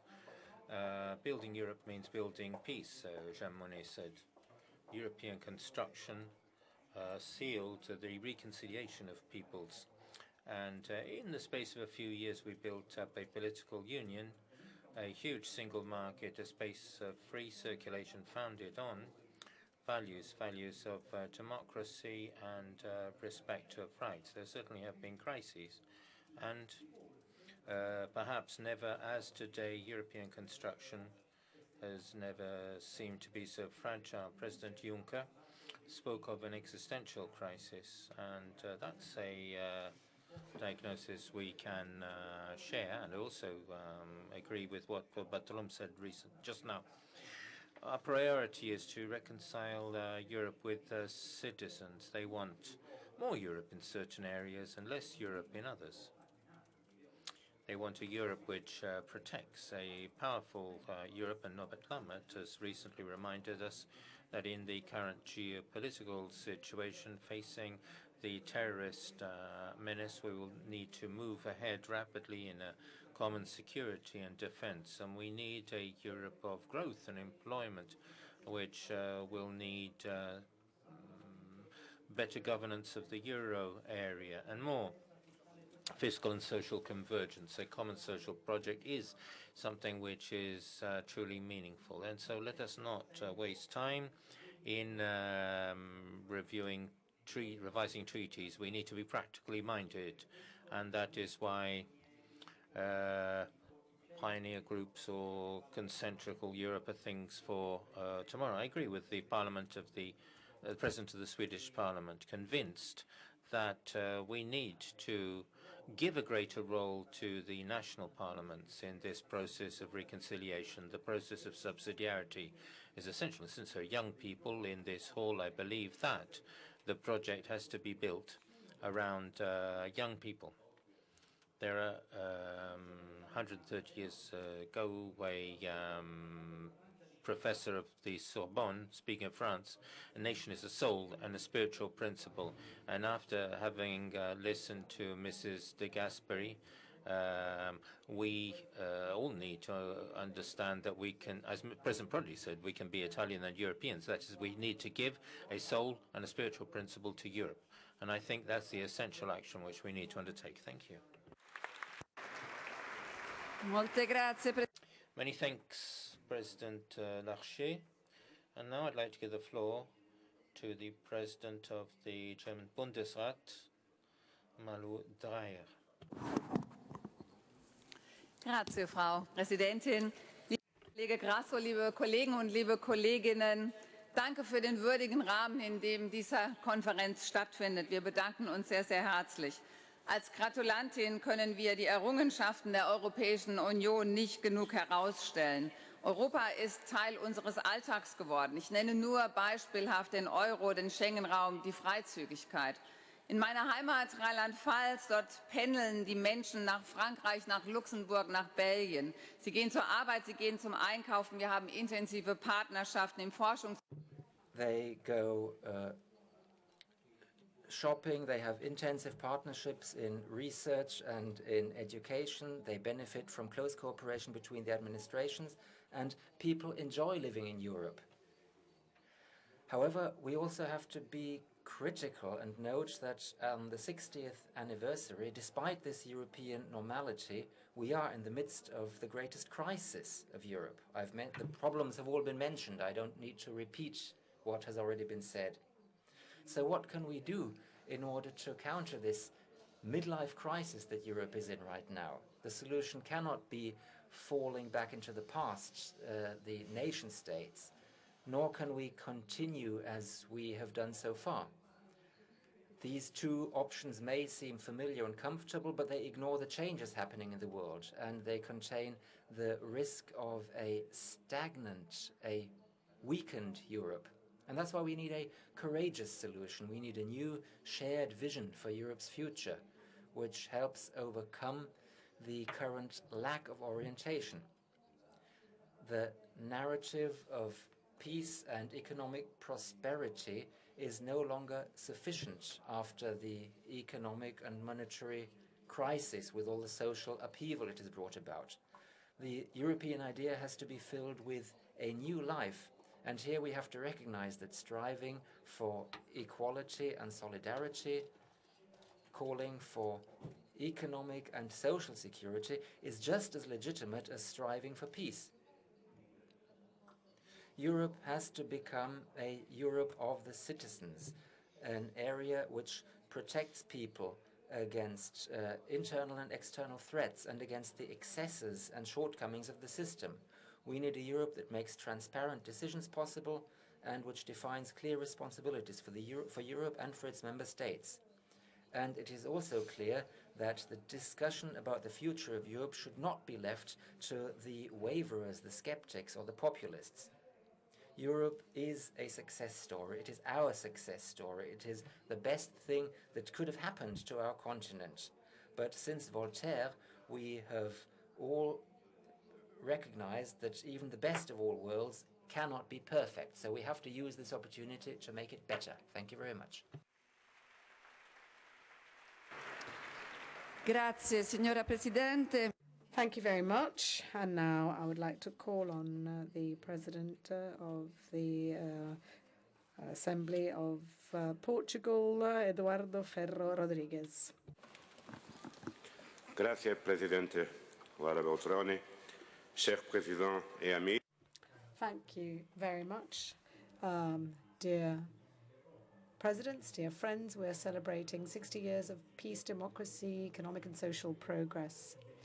And we have benefited enormously from Europe. For most of my fellow citizens, the European Union preserves its value in a global multipolar world. Europe is the best way of defending effectively our values and interests, and this is true for all partners. We certainly need to understand how to best reach out to our citizens.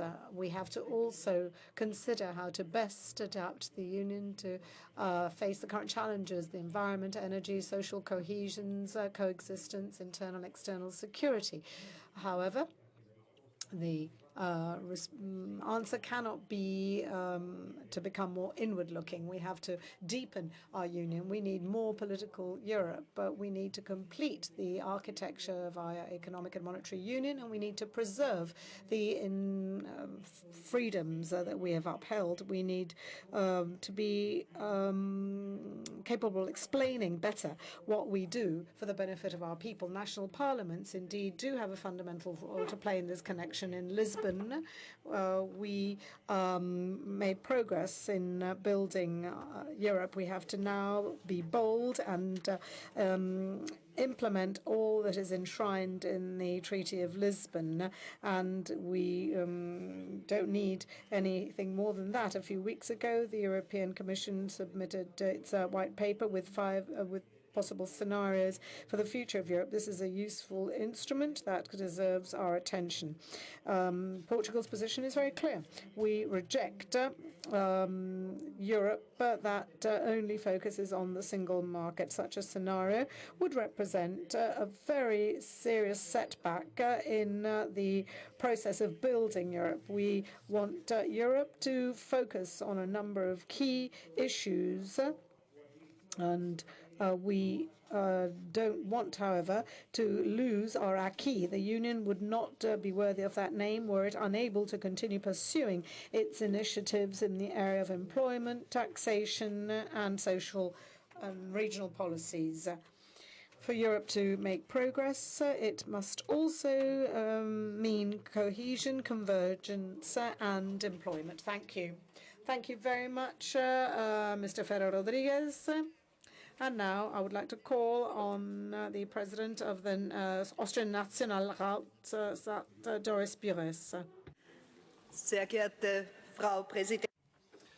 Well, Madam President, dear colleagues, 60 years after the signature of the Treaties of Rome, the debate about the future of the European Union is more important, more critical than ever. We live in very moving times. We have faced major challenges, and all these challenges were mentioned a number of times today. Migration, refugees, Brexit, a financial crisis which has still not been overcome, geopolitical instability. The major achievements that we've seen over the past 60 years since the signing of the Treaties of Rome are mainly seen and discussed outside of the European Union, among the citizens of those states that like to become members, who would like to share the prosperity that we created in the European Union, and also by the innumerable number of people who live in dangerous regions of the world and who would like to get to the European Union. For those people, the European Union is very attractive, and it offers a promise for a better future. The citizens within the European Union, however, they often perceive the opposite. A union which at times is over-regulated and intervenes in people's lives, and at the same time allows for disequality in terms of prosperity. A union which does not follow the principles of solidarity when it comes to basic questions, and where we see national states choosing individual ways instead of standing together. That is to say, it is a union where small things are often overregulated and the big things are underregulated, where the soft things are dealt with too harshly and the harsh things are treated too softly. So these are the reasons why we cannot simply celebrate the 60th anniversary, but we have to work very intensively to make Europe the solution in the eyes of its citizens and not the root cause of the problem. We can only achieve this if we manage to show our people the value added that Europe has to offer. Ladies and gentlemen, I am deeply convinced that all these questions can only be answered if we focus on sustainability and on social justice, if the European integration, which has never been for granted, if we really work intensively to really focus on the values of this European project, it is up to us, up to all of us, to fight to really make the European integration a thing that really touches the people's hearts and minds. Thank you. Thank you. Now I have the pleasure of giving the floor to the President of Congreso de los Diputados of Spain, Ana Pastor. Muchas gracias. Many thanks, Madam President, dear Madam Boldrini and President Pietro Grasso and esteemed colleagues. First of all, many thanks, Madam President, for the excellent organization of this meeting, which will allow us here to exchange formally and also informally many of our thoughts and the ideas which you represent in our countries for the future of the European Union. I particularly want to thank Romano PRODI for his words and also Maria Romano di Gasperi for their input, which was so important considering what we've been, what we are, and what we need to be, most importantly, for the future. We're celebrating 60 years of common and shared life of peace and democracy, progress, modernization, improvement of the well-being of all our citizens. This is something which we achieved together. We've made much progress. I believe that we have to be clear together that together we are more, and together we are better. We're better citizens, we can grow more, and we can provide opportunities to all those who do yet not have them.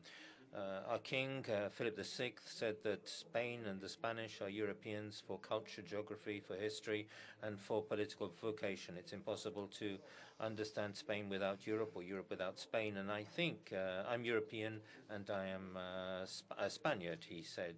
And I believe that this is something which has been a hallmark in being a part of Europe. We've reached this point. We have received a lot from Europe. This has meant becoming a part of modernity, consolidating democracy, taking part in the common currency, just to give a few examples. This education of our young people, mobility and employment, the shared economy, this cohesion, structural funds, and the people of Spain have also brought European citizenship and have been able to exist diversity, and also the special bonds which we have with Latin America have also been made part of Europe. And because of this, we need to work for the future, work in order to deepen our economic and monetary union, go beyond that and find common solutions to migration, common security and combating terrorism, and also strengthening the European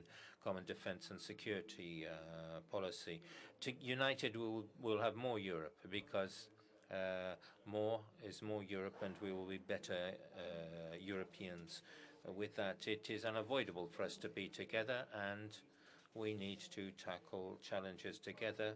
Salvador de Madariaga, a Spaniard of universal importance, said, "Our task cannot be clearer. We need to promote emotions and feelings in Europeans, so that when they say us, they refer to all the people of Europe." Thank you. Grazie, signora Presidente Pastor. Thank you, President Pastor. And now let's give the floor to the President of the Greek Parliament, Nikolaos Foutsis.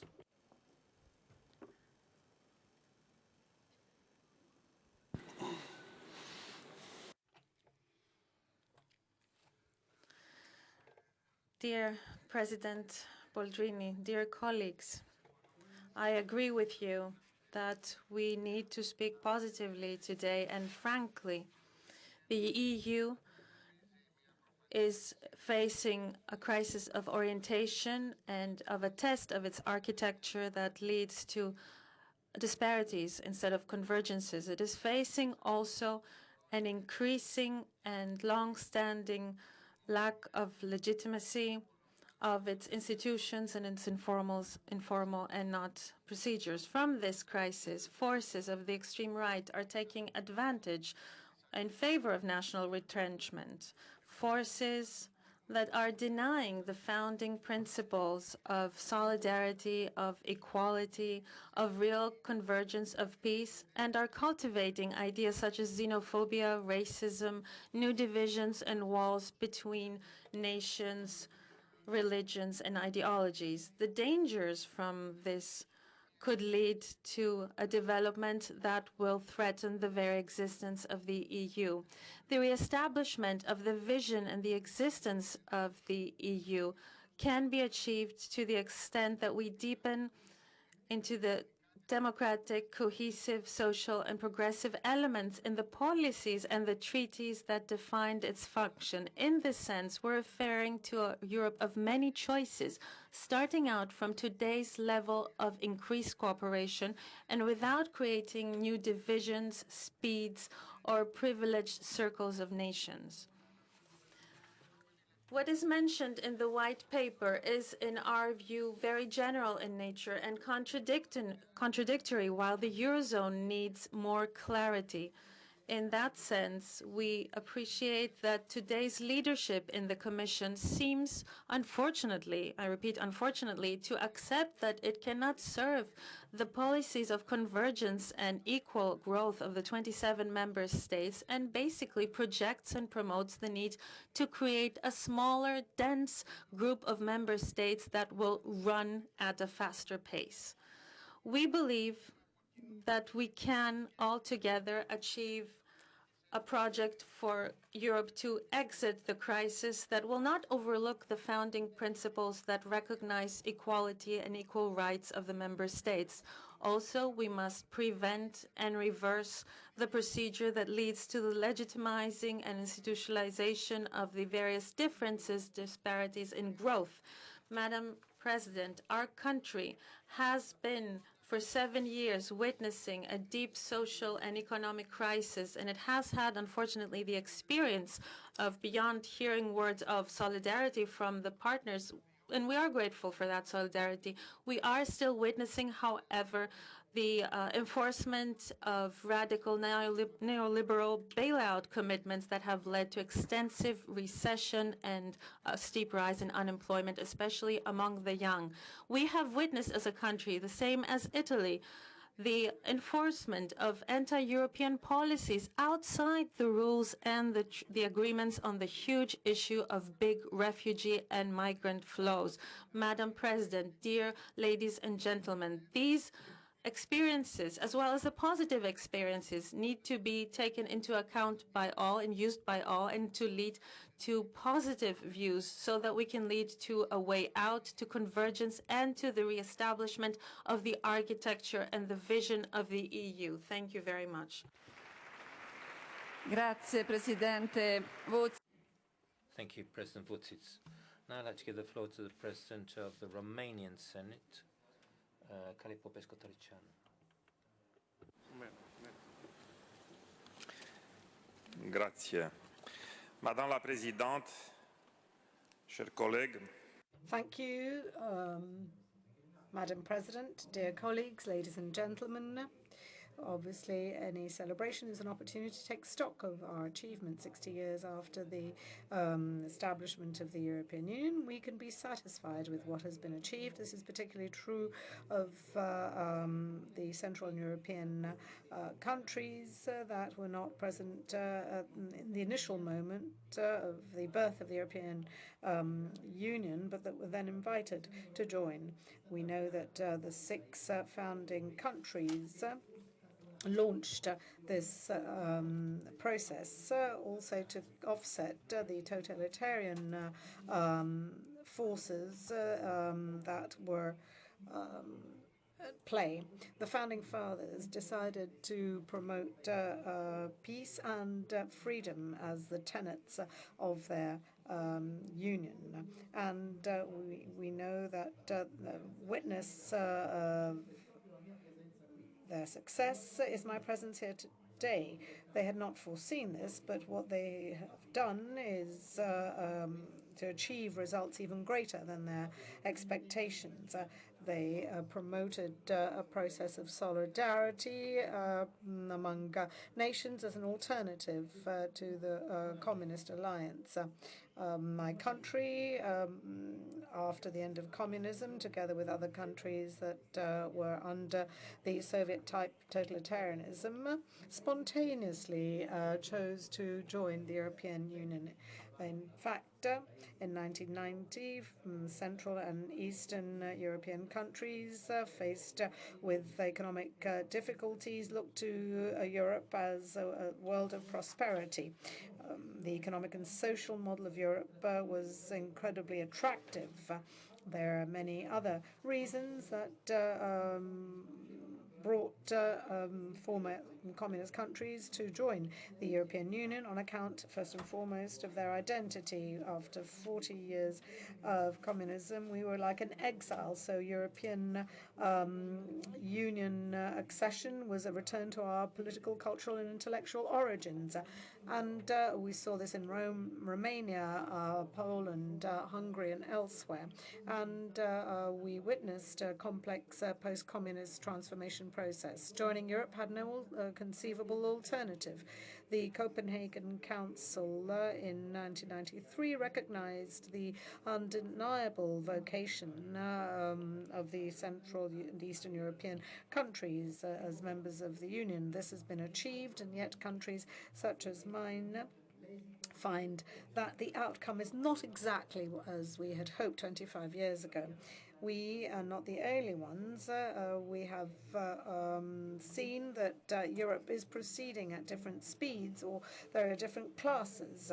And it is therefore essential for us to try and hark back to the Founding Fathers' principles we're celebrating. We have to quote what they said at the time. The tendency was to create international or intergovernmental organizations. Some, such as NATO and the UN, have prevailed, but Robert Schuman, the Gasperi and Konrad Adenauer chose to found a community. And in fact, the name that they gave was not chosen by chance. We believe that the spirit that drove them and the choice of words was that of Christian humanism. And we know that this was in the face of bureaucratic totalitarianism and the tyranny of the majority. They conceived communities that had different aims that shared the same purposes, sharing responsibility and decision-making. This is proof of the wisdom that has been handed down to us and that we must revive. The Union often has taken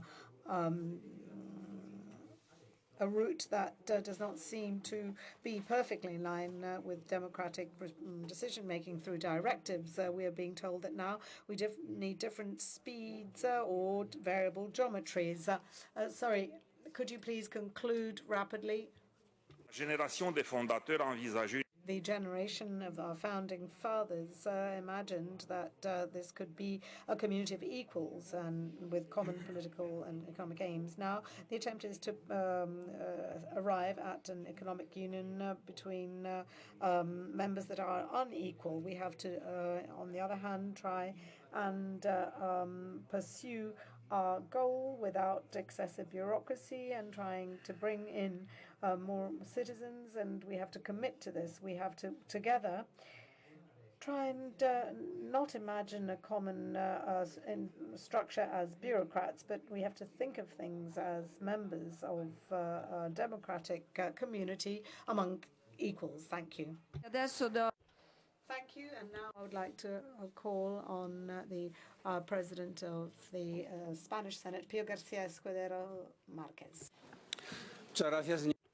Thank you, Madam President, and President of the Italian Senate. Dear colleagues, this morning we spoke of the 25th of March, 1957, two treaties which established the European Economic Community and the Community for the Atomic Energy Community. They were both, there was a before and after that, not in the European Economic Community, because not only because it established economic cooperation between the countries, but also because in its preamble it indicated determination of the signatory states to establish the basis of ever closer relationship between European countries. And it was this goal of integration was clear to member countries. There have been steps forward and steps back, crises and successes, but the direction towards integration as the final goal was always being clear. Undoubtedly, the history of the construction of the European project has been marked by major achievements. So when we look back, and this has been said today, we see 60 years of peace. And we can also be glad today that today 500 million citizens live more freely, more safely in one of the wealthiest economic areas on the planet. And all this justifies that this is a day of celebration and deep satisfaction in view of all the things which we achieved as Europeans. Most Spaniards believe strongly in Europe, and therefore we've always believed that it is a duty and a commitment to support all initiatives directed to move the construction of the European project forward. And if we've managed to reach this point, we should be capable of moving forward. A white paper on the future of Europe has been presented by the Commission, where a number of alternatives have been presented to face the challenges we have before in the coming decade, the impacts of new technologies in society, employment, the unknown factors of globalizations, and also responding to the channels around us, crisis of refugees, Brexit, etc. And we believe that the solution is more Europe, more Europe. This has been the solution in every crisis, and this must be the response today if we want to recover the confidence of all our citizens in the European project. It's necessary for all of us, political representatives of citizens, work together in order that the idea of a strong, united Europe, which is firmly based on democratic values, continue to be deeply rooted in the European social reality. And this is what we're celebrating in this day of commemoration. Many thanks. Grazie, Presidente. Thank you, President. And now, of the Deputy President of the Austrian Bundesrat, Ingrid Winkler. Se posso levare il microfono. Sehr geehrter Herr Präsident. Presidents, ladies and gentlemen, we have come here today in order to commemorate the signature of the Treaties of Rome 60 years ago. Many of the previous speakers have already said that for some time the European Union has been facing a number of challenges. Many people have described this as a multi-crisis. And on this day of celebration, there are people who actually voice criticism. Recent developments have led to the fact that many European citizens view European unification with a certain degree of skepticism. There are populist movements who would like to see the end of the European project and who further stoke this flame. And it is undeniable that we are facing unprecedented challenges. For the first time in our history, a member state is leaving the European Union. And many states and regions surrounding Europe are not developing the way we would like to see them develop. So we are facing many problems, and particularly here I would like to mention unemployment, which is still far too high, particularly amongst young people in Europe. Instead of laying solid foundations for their futures, many young people are busy simply trying to make a living, trying to cope. And giving these people hope for a better future, that should be one of our most important tasks. Today there are many contradictions in Europe. Some people want more, others want less Europe. Some people believe government expenditure should be increased, others believe in austerity. Some people call for humanity, others for the closing of borders. And these are contradictions that not only divide the member states of the European Union, but also create dividing lines within member states, where there are lots of different opinions. However, 60 years after the signing of the Treaties of Rome, we should ask ourselves how we can overcome these differences and these contradictions. Let us remember our founding fathers who, just a few years after a war which brought terrible destruction to the European continent and terrible suffering to the people, who came together and found a new spirit of cooperation. I think this should be a reminder to all of us. And let us never forget, ladies and gentlemen, we are Europe. Thank you very much. Grazie, Vicepresidente. Thank you very much. And now I would like to call on the President of the European Affairs Committee of the Polish Chamber, Isabella Klock. Pani Przewodnicząca. Madam Speaker, ladies and gentlemen, this anniversary is the best moment, the best time for the EU in crisis to speak about the future. How to organize it, how to improve the level of life for our citizens, how to guarantee security inside and on the outside. 60 years ago, the treaties establishing European communities were signed. Economic integration was decided, and it was the economy that was at the foundation of United Europe. United Europe was created. However, it was a Europe united, composed of independent and sovereign countries. After 60 years, we are dealing with serious problems, and we have to really reconsider everything. I don't think that any of us has any doubts that the European project requires renewal and reform. Why? Well, we've said it. Different crises, financial, migration, competence, institutional crisis as well, decision-making crisis, on top of it, disintegration, separatist movements, terrorism, Brexit, and finally, deparliamentarization. The idea of a multi-speed EU will weaken the EU as regards the global relations. These processes have to be stopped. We have to face them altogether. Our strength comes from big scale. It's the scale. This is where our value is. The Europe has to be one. As strength comes from unity, this truth is as old as the world is. Anyone who is creating a vision that is the opposite vision of the EU is against communities, against values, the values which were at the foundation of the EU, against one EU, one Europe. In Poland, we have the highest rate of Euro enthusiasts. It's even 80%. So I can speak here as a representative of a country that wants nothing more like united Europe, but on equal footing. What shall we do? Reform and renewal.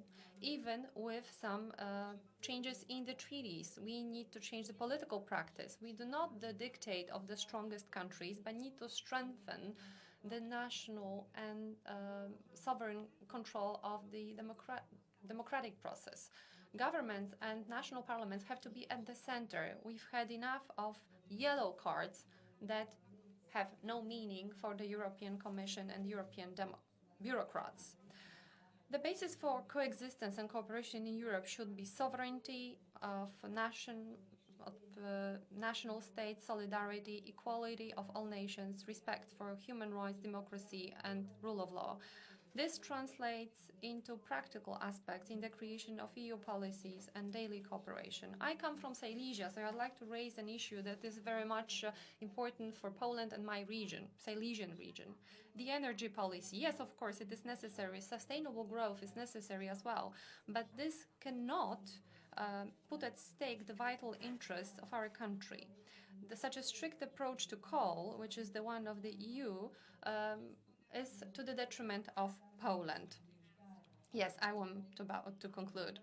So the treaty is securing the creation of the energetic mix on the level of a member state. So why are the European elites breaking those rules? Today we have the technologies that allow us to gasify coal in domestic heaters. But we are told to close the mines that give hundreds of jobs to many people in the Silesian region. This is why I would like to ask you to review the drafts of these regulations, and I'm doing it in accordance with the will of all political parties in Poland. Ladies and gentlemen, we as parliaments, national parliaments, being the closest to citizens, we should act arm in arm in order to fight the crisis, and we as Poland declare it. We want a strong union based on the principle of the equal with the equal, the free with the free. And then at the very end, let me stress, the EU, the last sentence, we need one common speed and not several speeds towards a better future. Allow me to repeat after Mrs. de Gasperi, so help us God. Ringrazio. Thank you very much. And now I would like to call on the representative of the President of the Hungarian Parliament, Marta Matrai. Tisztelt elnök asszony, distinguished Madam Speaker, distinguished Mr. President, ladies and gentlemen, for me it is a great pleasure to attend our conference today. In addition to remembering our achievements in integration, however, this occasion gives us the opportunity to think about the future of European integration, a topic concerning which we must continue and deepen our debate involving every European member state. From among the different future visions drawn up by the member states and the EU's institutions, we Hungarians believe that the right way forward is a Europe of strong nations rather than a federation, because a Europe of strong nations is what can make the EU strong, and Hungary's best interest is a strong European Union. We must discuss the positions of the different member states, or the positions put forward by the different groupings together, be it the Benelux cooperation, the Visegrad cooperation, or be it, for that matter, the various declarations issued by the larger countries of our Union. We must pursue the same single goal, that is the preservation of the EU's unity and the equality of its member states. I am convinced that in the context of interparliamentary cooperation, the EU's parliaments are able to influence the EU's legislation in a positive direction by putting forward constructive and forward-looking proposals. According to our positions, national parliaments must be given more weight in the EU's decision-making in order to increase the Union's legitimacy. If we want to play a more active role, we have a double task. On the one hand, we must strive to use more efficiently the instruments provided to national parliaments by the Lisbon Treaty, so that we can better influence the EU's decision-making. But on the other hand, we must give more space to new initiatives as well. These steps would help us reduce Euroscepticism among our citizens, and such a goal can only be achieved together in cooperation, and in this every EU parliament bears an important responsibility. In order to create a strong and capable Europe, it is indispensable that we do not close the doors to other European nations on their way to join the EU. We must remember the West Balkans and strengthen further our existing relations with the Eastern Partnership. The historic process of Europe's reunification must continue. That this happens is a moral, historical, political, and economic responsibility that we, the countries inside the EU, all bear. And now allow me to quote from Robert Schuman. In fact, Europe's diversity is a very positive aspect, and it is not our goal either to eliminate or amalgamate the existing differences. We need, however, alliance, cohesion, and cooperation. It is in this spirit that we must design our shared European future together. Thank you for your attention. Many thanks. And now we have the President of the Cypriot Parliament, Dimitris Silouris. Thank you very much. First of all, I would like to thank you for the hospitality and for organizing this event and providing us the opportunity to discuss the possibility for Europe to become stronger. 60 years after the signing of the Treaty of Rome, many things have been achieved, but today we come to the conclusion that there are many problems as well that need to be tackled. I heard with great interest in the video the young people. We heard the wonderful music of the young people who were with us and kicked off our meeting. We have very many young people who are watching us outside of here, and many who don't pay attention to us and don't want to listen to us. This is why, and since we're not just a group of friends of Europe, we're not just an association with the ideals of Europe and that wants to theoretically support Europe, but we are presidents of parliaments. We need to provide solutions. We need to address the real problems. So we cannot stay idle.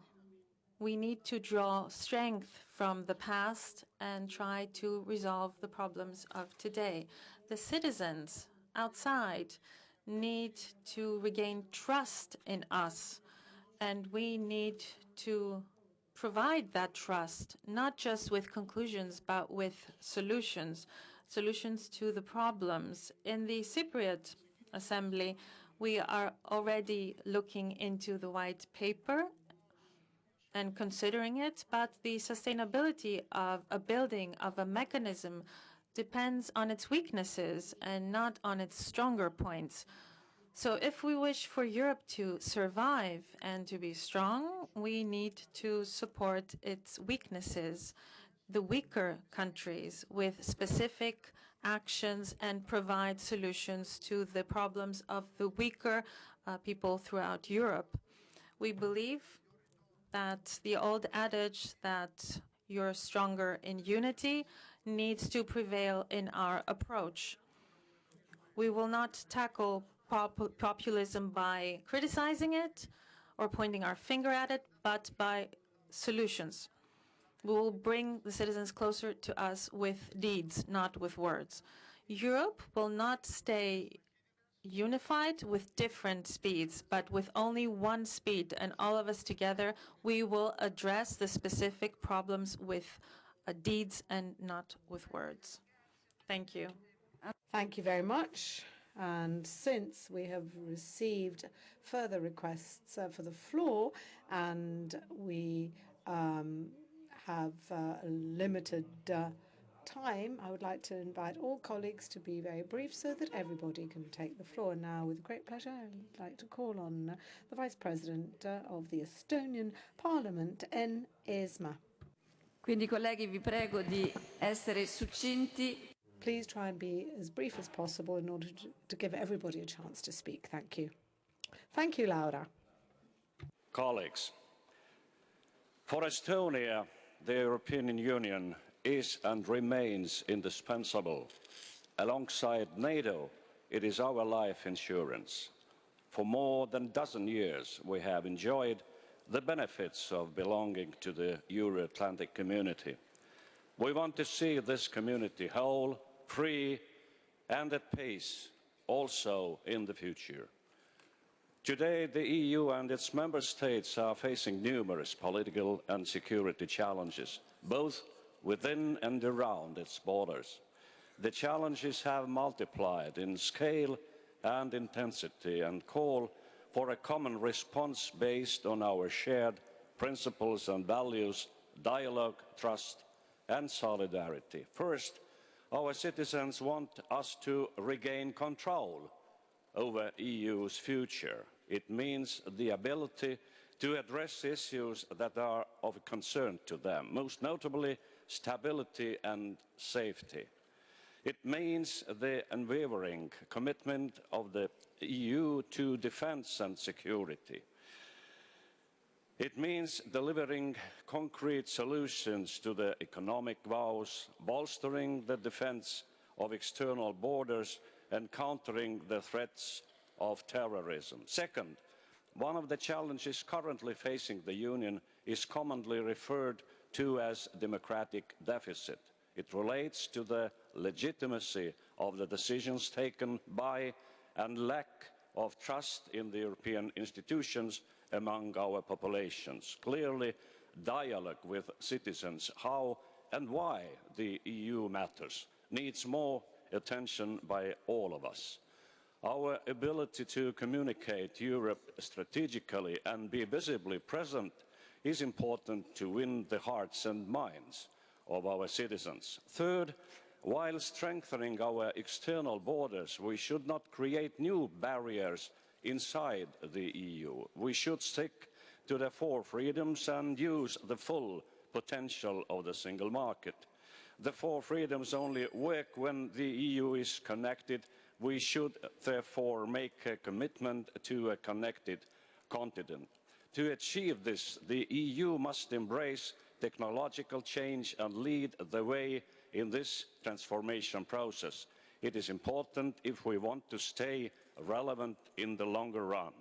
Our union needs to adapt to changing realities. While doing so, we should proceed from a popular saying, measure twice, cut once. In fact, in my country, Estonia, we measure 9 times. Thank you. Molte grazie. Many thanks. And now we give the floor to the President of Constitutional Affairs Committee of the European Parliament, Danuta Hübner. President, Madame de Gasperi, dear Professor Romano, PRODI, dear colleagues, A lot of you have alluded to the fact that there is a history of Europe and then there is the future of Europe. And on the history, I think there is no doubt, we all underlined it, that Europeans can be proud of the last 60 years. And on the future of Europe, on the good future of Europe, let me say that it will not come by itself. It can only be made by men and women of Europe. When addressing the future, I think many of us would agree that we must be both pragmatic but also visionary. And it is not a secret, we could hear it also here in this room today, that not everybody has the same views on which way Europe should take when moving forward. Some contemplate a multi-speed Europe, some fear disintegration of the Union in such a scenario. I am convinced we will find a solution, but we have to reflect and work on it jointly. The European Parliament has set out its views on the future of Europe. In February, we adopted 2 resolutions proposing a 2-step approach to EU reforms. First, exploiting fully all legal possibilities of the current treaties to make Europe respond more effectively to challenges. And second, providing solutions which would make Europe more capable of responding to people's needs and dreams, which cannot be achieved within the tools currently existing in the treaties, and which therefore are only feasible through a future treaty change. But let me underline very strongly, we don't see the treaty change as an objective, but we see the treaty change, future treaty change, as a tool needed to better together respond to citizens' expectations in the changing world where challenges increasingly do not respond to national borders. Let me also say that to come to a joint, shared, long-term vision for Europe, and Madame Dreyer, I think, addressed this issue, we need to engage in debates in the spirit of Commission's white papers. Those debates could offer to all citizens inclusiveness and ownership of the future of Europe. Each of our institutions should act according to our constitutional role, but without doubt we must act in good cooperation. And last sentence, let me underline once more, as you know, we in the European Parliament, we respect and value highly our cooperation with national parliaments, and we are ready to work together to make the lives of Europe's citizens better in freedom and security. Thank you, Madam Chair. Molte grazie, signora Presidente. Thank you very much. And now I would like to call on the President of the Slovenian National Assembly, Milan Breglec. Spettabili, signora Presidente della Camera dei Deputati. Madam President, Laura Boldrini, Mr. President, Mr. Grasso. Ladies and gentlemen, it is my great pleasure to be speaking to a group of so many well-known faces, so many friends, with whom we have in recent past discussed a myriad of pressing challenges affecting the future of contemporary Europe. Our endeavours are particularly significant given the rich history and tragic foundations upon which our Union was built. From the first strokes of pen held by anti-fascist European federalists right up to milestones that followed and shaped the Union as we know it, including the one we are celebrating here today, the distant dream of the founding fathers of modern Europe has now, in many respects, become the reality of everyday life of hundreds of millions of Europeans. On a more symbolic level, the European project has managed to materialize not only the historical ideas of the French Revolution, but also Altero Spinelli's understanding of a modern civilization that is based on the principle of liberty, which states that man is not a mere instrument to be used by others, but rather a main autonomous living being. While this is neither the time nor place to delve into the unprecedented challenges facing the Union today, I cannot stress enough that the greatness of these challenges by no means implies that they are unsurmountable. In my opinion, what hinders effective European solutions are not objective imperfections, but rather a lack of determination, will and historical reflection. Reflection clearly showing that peace and development were not bestowed upon Europe on the wings of introverted nationalist sentiment. On the contrary, Our story of success was founded on an increased openness of European nations, solidarity, and a profound belief in democracy and fundamental human rights. These are not mere words. They are profound notions loaded with meaning that shaped modern Europe. We must thus rediscover, reinvent those notions when paving the way into our common future. The European Union extends far beyond a mere bundle of structural and cohesion funds. Integration brought Europe economic and social upheaval that unchanged the hidden potentials of our citizens. It became a blueprint for peace, solidarity, and prosperity in a culturally and politically diverse environment. It became a union that is not to serve the particular and peculiar interest of the few. No. It serves those intended to live the Founding Fathers' dream, the European citizenry, the European body politics. Thank you. Grazie, Presidente. Thank you, President. And now we give the floor to the Deputy President of the DAIL, Hazard Gallagher. Thank you, President. And first of all, on behalf of the Irish delegation, including a representative from our Senator Arda, I want to thank you for organising this celebration of 60 years since the signing of the Treaty of Rome. Of course, like all, we remember the Founding Fathers. When I think of the Founding Fathers, I think of their economic vision, but more particularly, I think of their peaceful vision, and that is a peaceful Europe from the Atlantic to the Urals. And we should never forget those six leaders of 1957. Today, of course, Madam President, is a very important day in my country. It's our national feast day. It's St. Patrick's Day, where it's celebrated not just in Europe, but throughout all of the world. And I, of course, want to wish all of you a happy St. Patrick's Day, or in Irish, Banachty Féile Lála Pádraig. The EU has played a major role in the development of my country since we entered in 1973, and of course in the infrastructure and the economic development of Ireland, but more importantly of all, the peace project which we have enjoyed since the cessation of violence. And remember, the President of the Commission at the time, who at the suggested that on behalf of Europe, Europe would play a practical and positive role. And they did that. They did it through additional funding for the International Fund for Ireland and indeed the peace programme. And for that we're extremely grateful. Of course, when I think of the Treaty of Rome, I think of the first major review of the Treaty of Rome, which was the Single Act. And the Single Act, apart from the peace in Ireland, to me was the most important development in my political life, when the economic borders were removed. But sadly, they could be reinstated as a result of Brexit, which will be invoked this month. An absolute disaster for my country.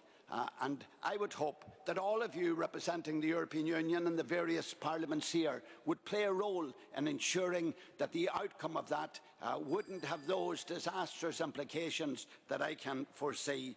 I'm fearful that the economic borders will return, but I think all of you can play a role in the negotiations post-Brexit, and that we would have a special recognition, not because the Irish are special, but it's an integral part of the European Union.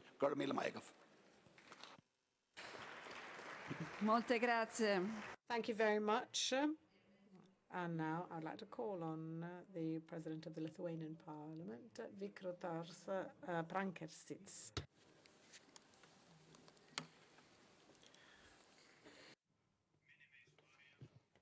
Ladies and gentlemen, we commemorate history and we create history. Let me thank you for that possibility. I'm really glad of having this opportunity to greet you all, and I feel greeted as well. As Mr. Romano PRODI mentioned, we are bringing peace and development. However, the EU has its boundaries, and the states have their borders. The security has no borders, no such distinct borders. And today, security of the EU while referring to the contribution of our neighbors Poles, crosses the boundaries of the EU member states. The future of Europe has to cross also the boundaries of the Eastern Partnership countries, Moldova, Georgia, and Ukraine. Today, the real front line crosses the territory of those countries, particularly Ukraine, where tens of thousands of people already died.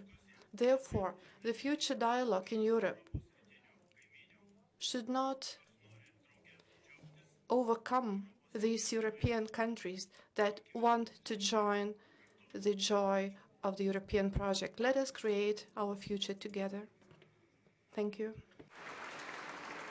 Grazie. Thank you. And now I have other requests from 3 colleagues who have added their names to the list. I'd like to invite them to be very brief, please.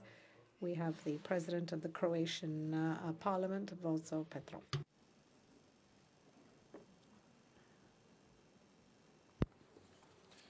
Ladies and gentlemen, speakers of Parliament, dear colleagues, because of the lack of time, I'll try to be short as possible.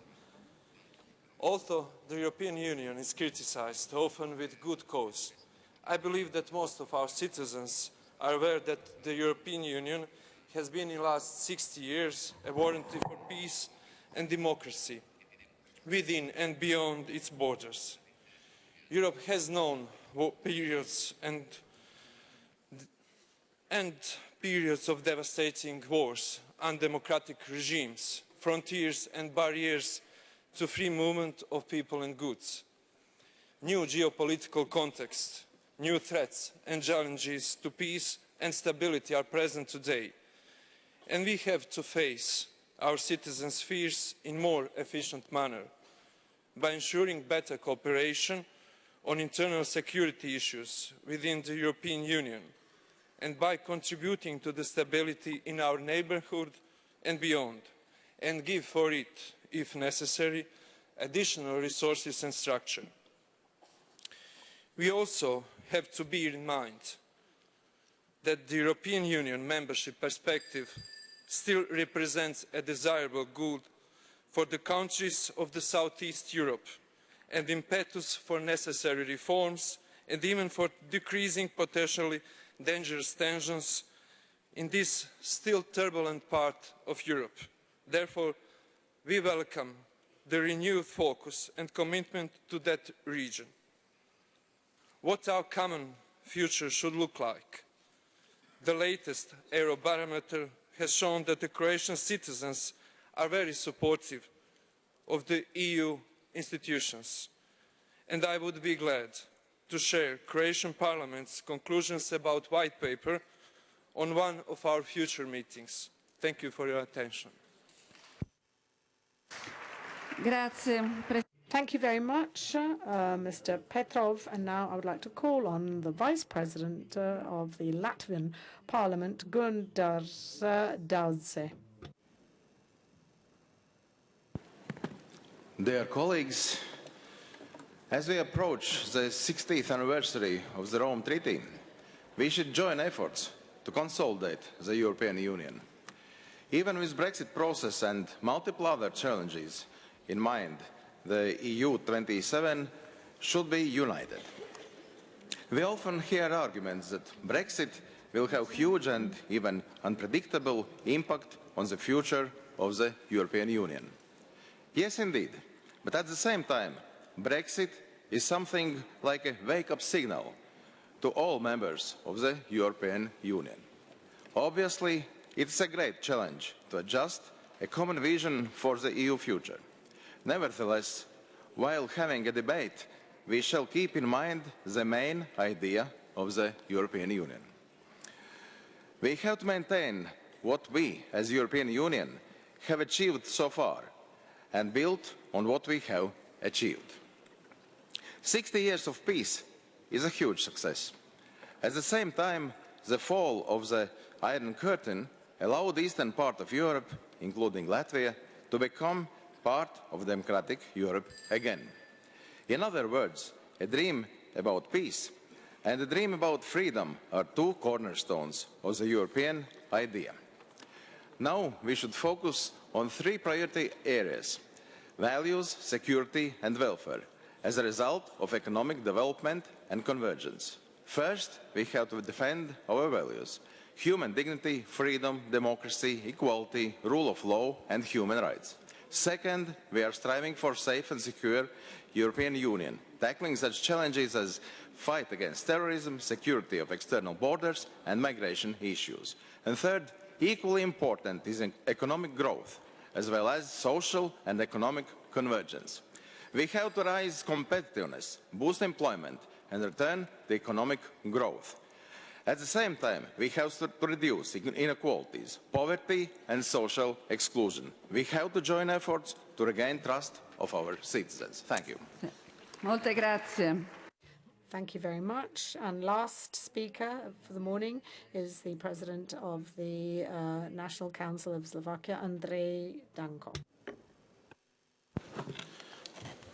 Vážená pani predsedkyňa, Honorable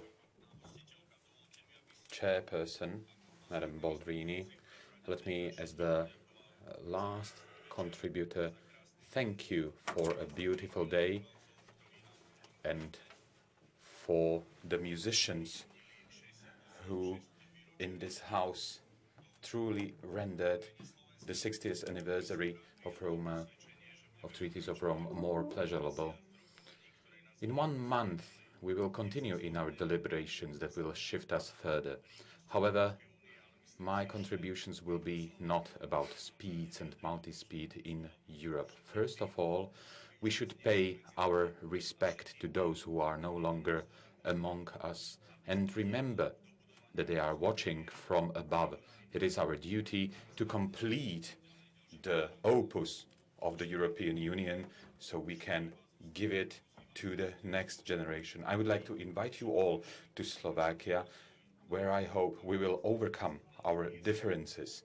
And as our Irish colleague said, we should not take Brexit as a tragedy, but rather as a challenge. We will be able to demonstrate the UK that the European Union is a project that will overcome the test of time. Thank you very much. Grazie Presidente per questo invito. E allora io ringrazio. Thank you very much for this invitation. I would like to end by thanking all of the speakers and all of the participants. I would like to officially close this morning session, but I invite you to stay because our young friends from the Children's Choir and Orchestra of the Theatre of Rome Opera Theatre will be performing the official European anthem. Thank you.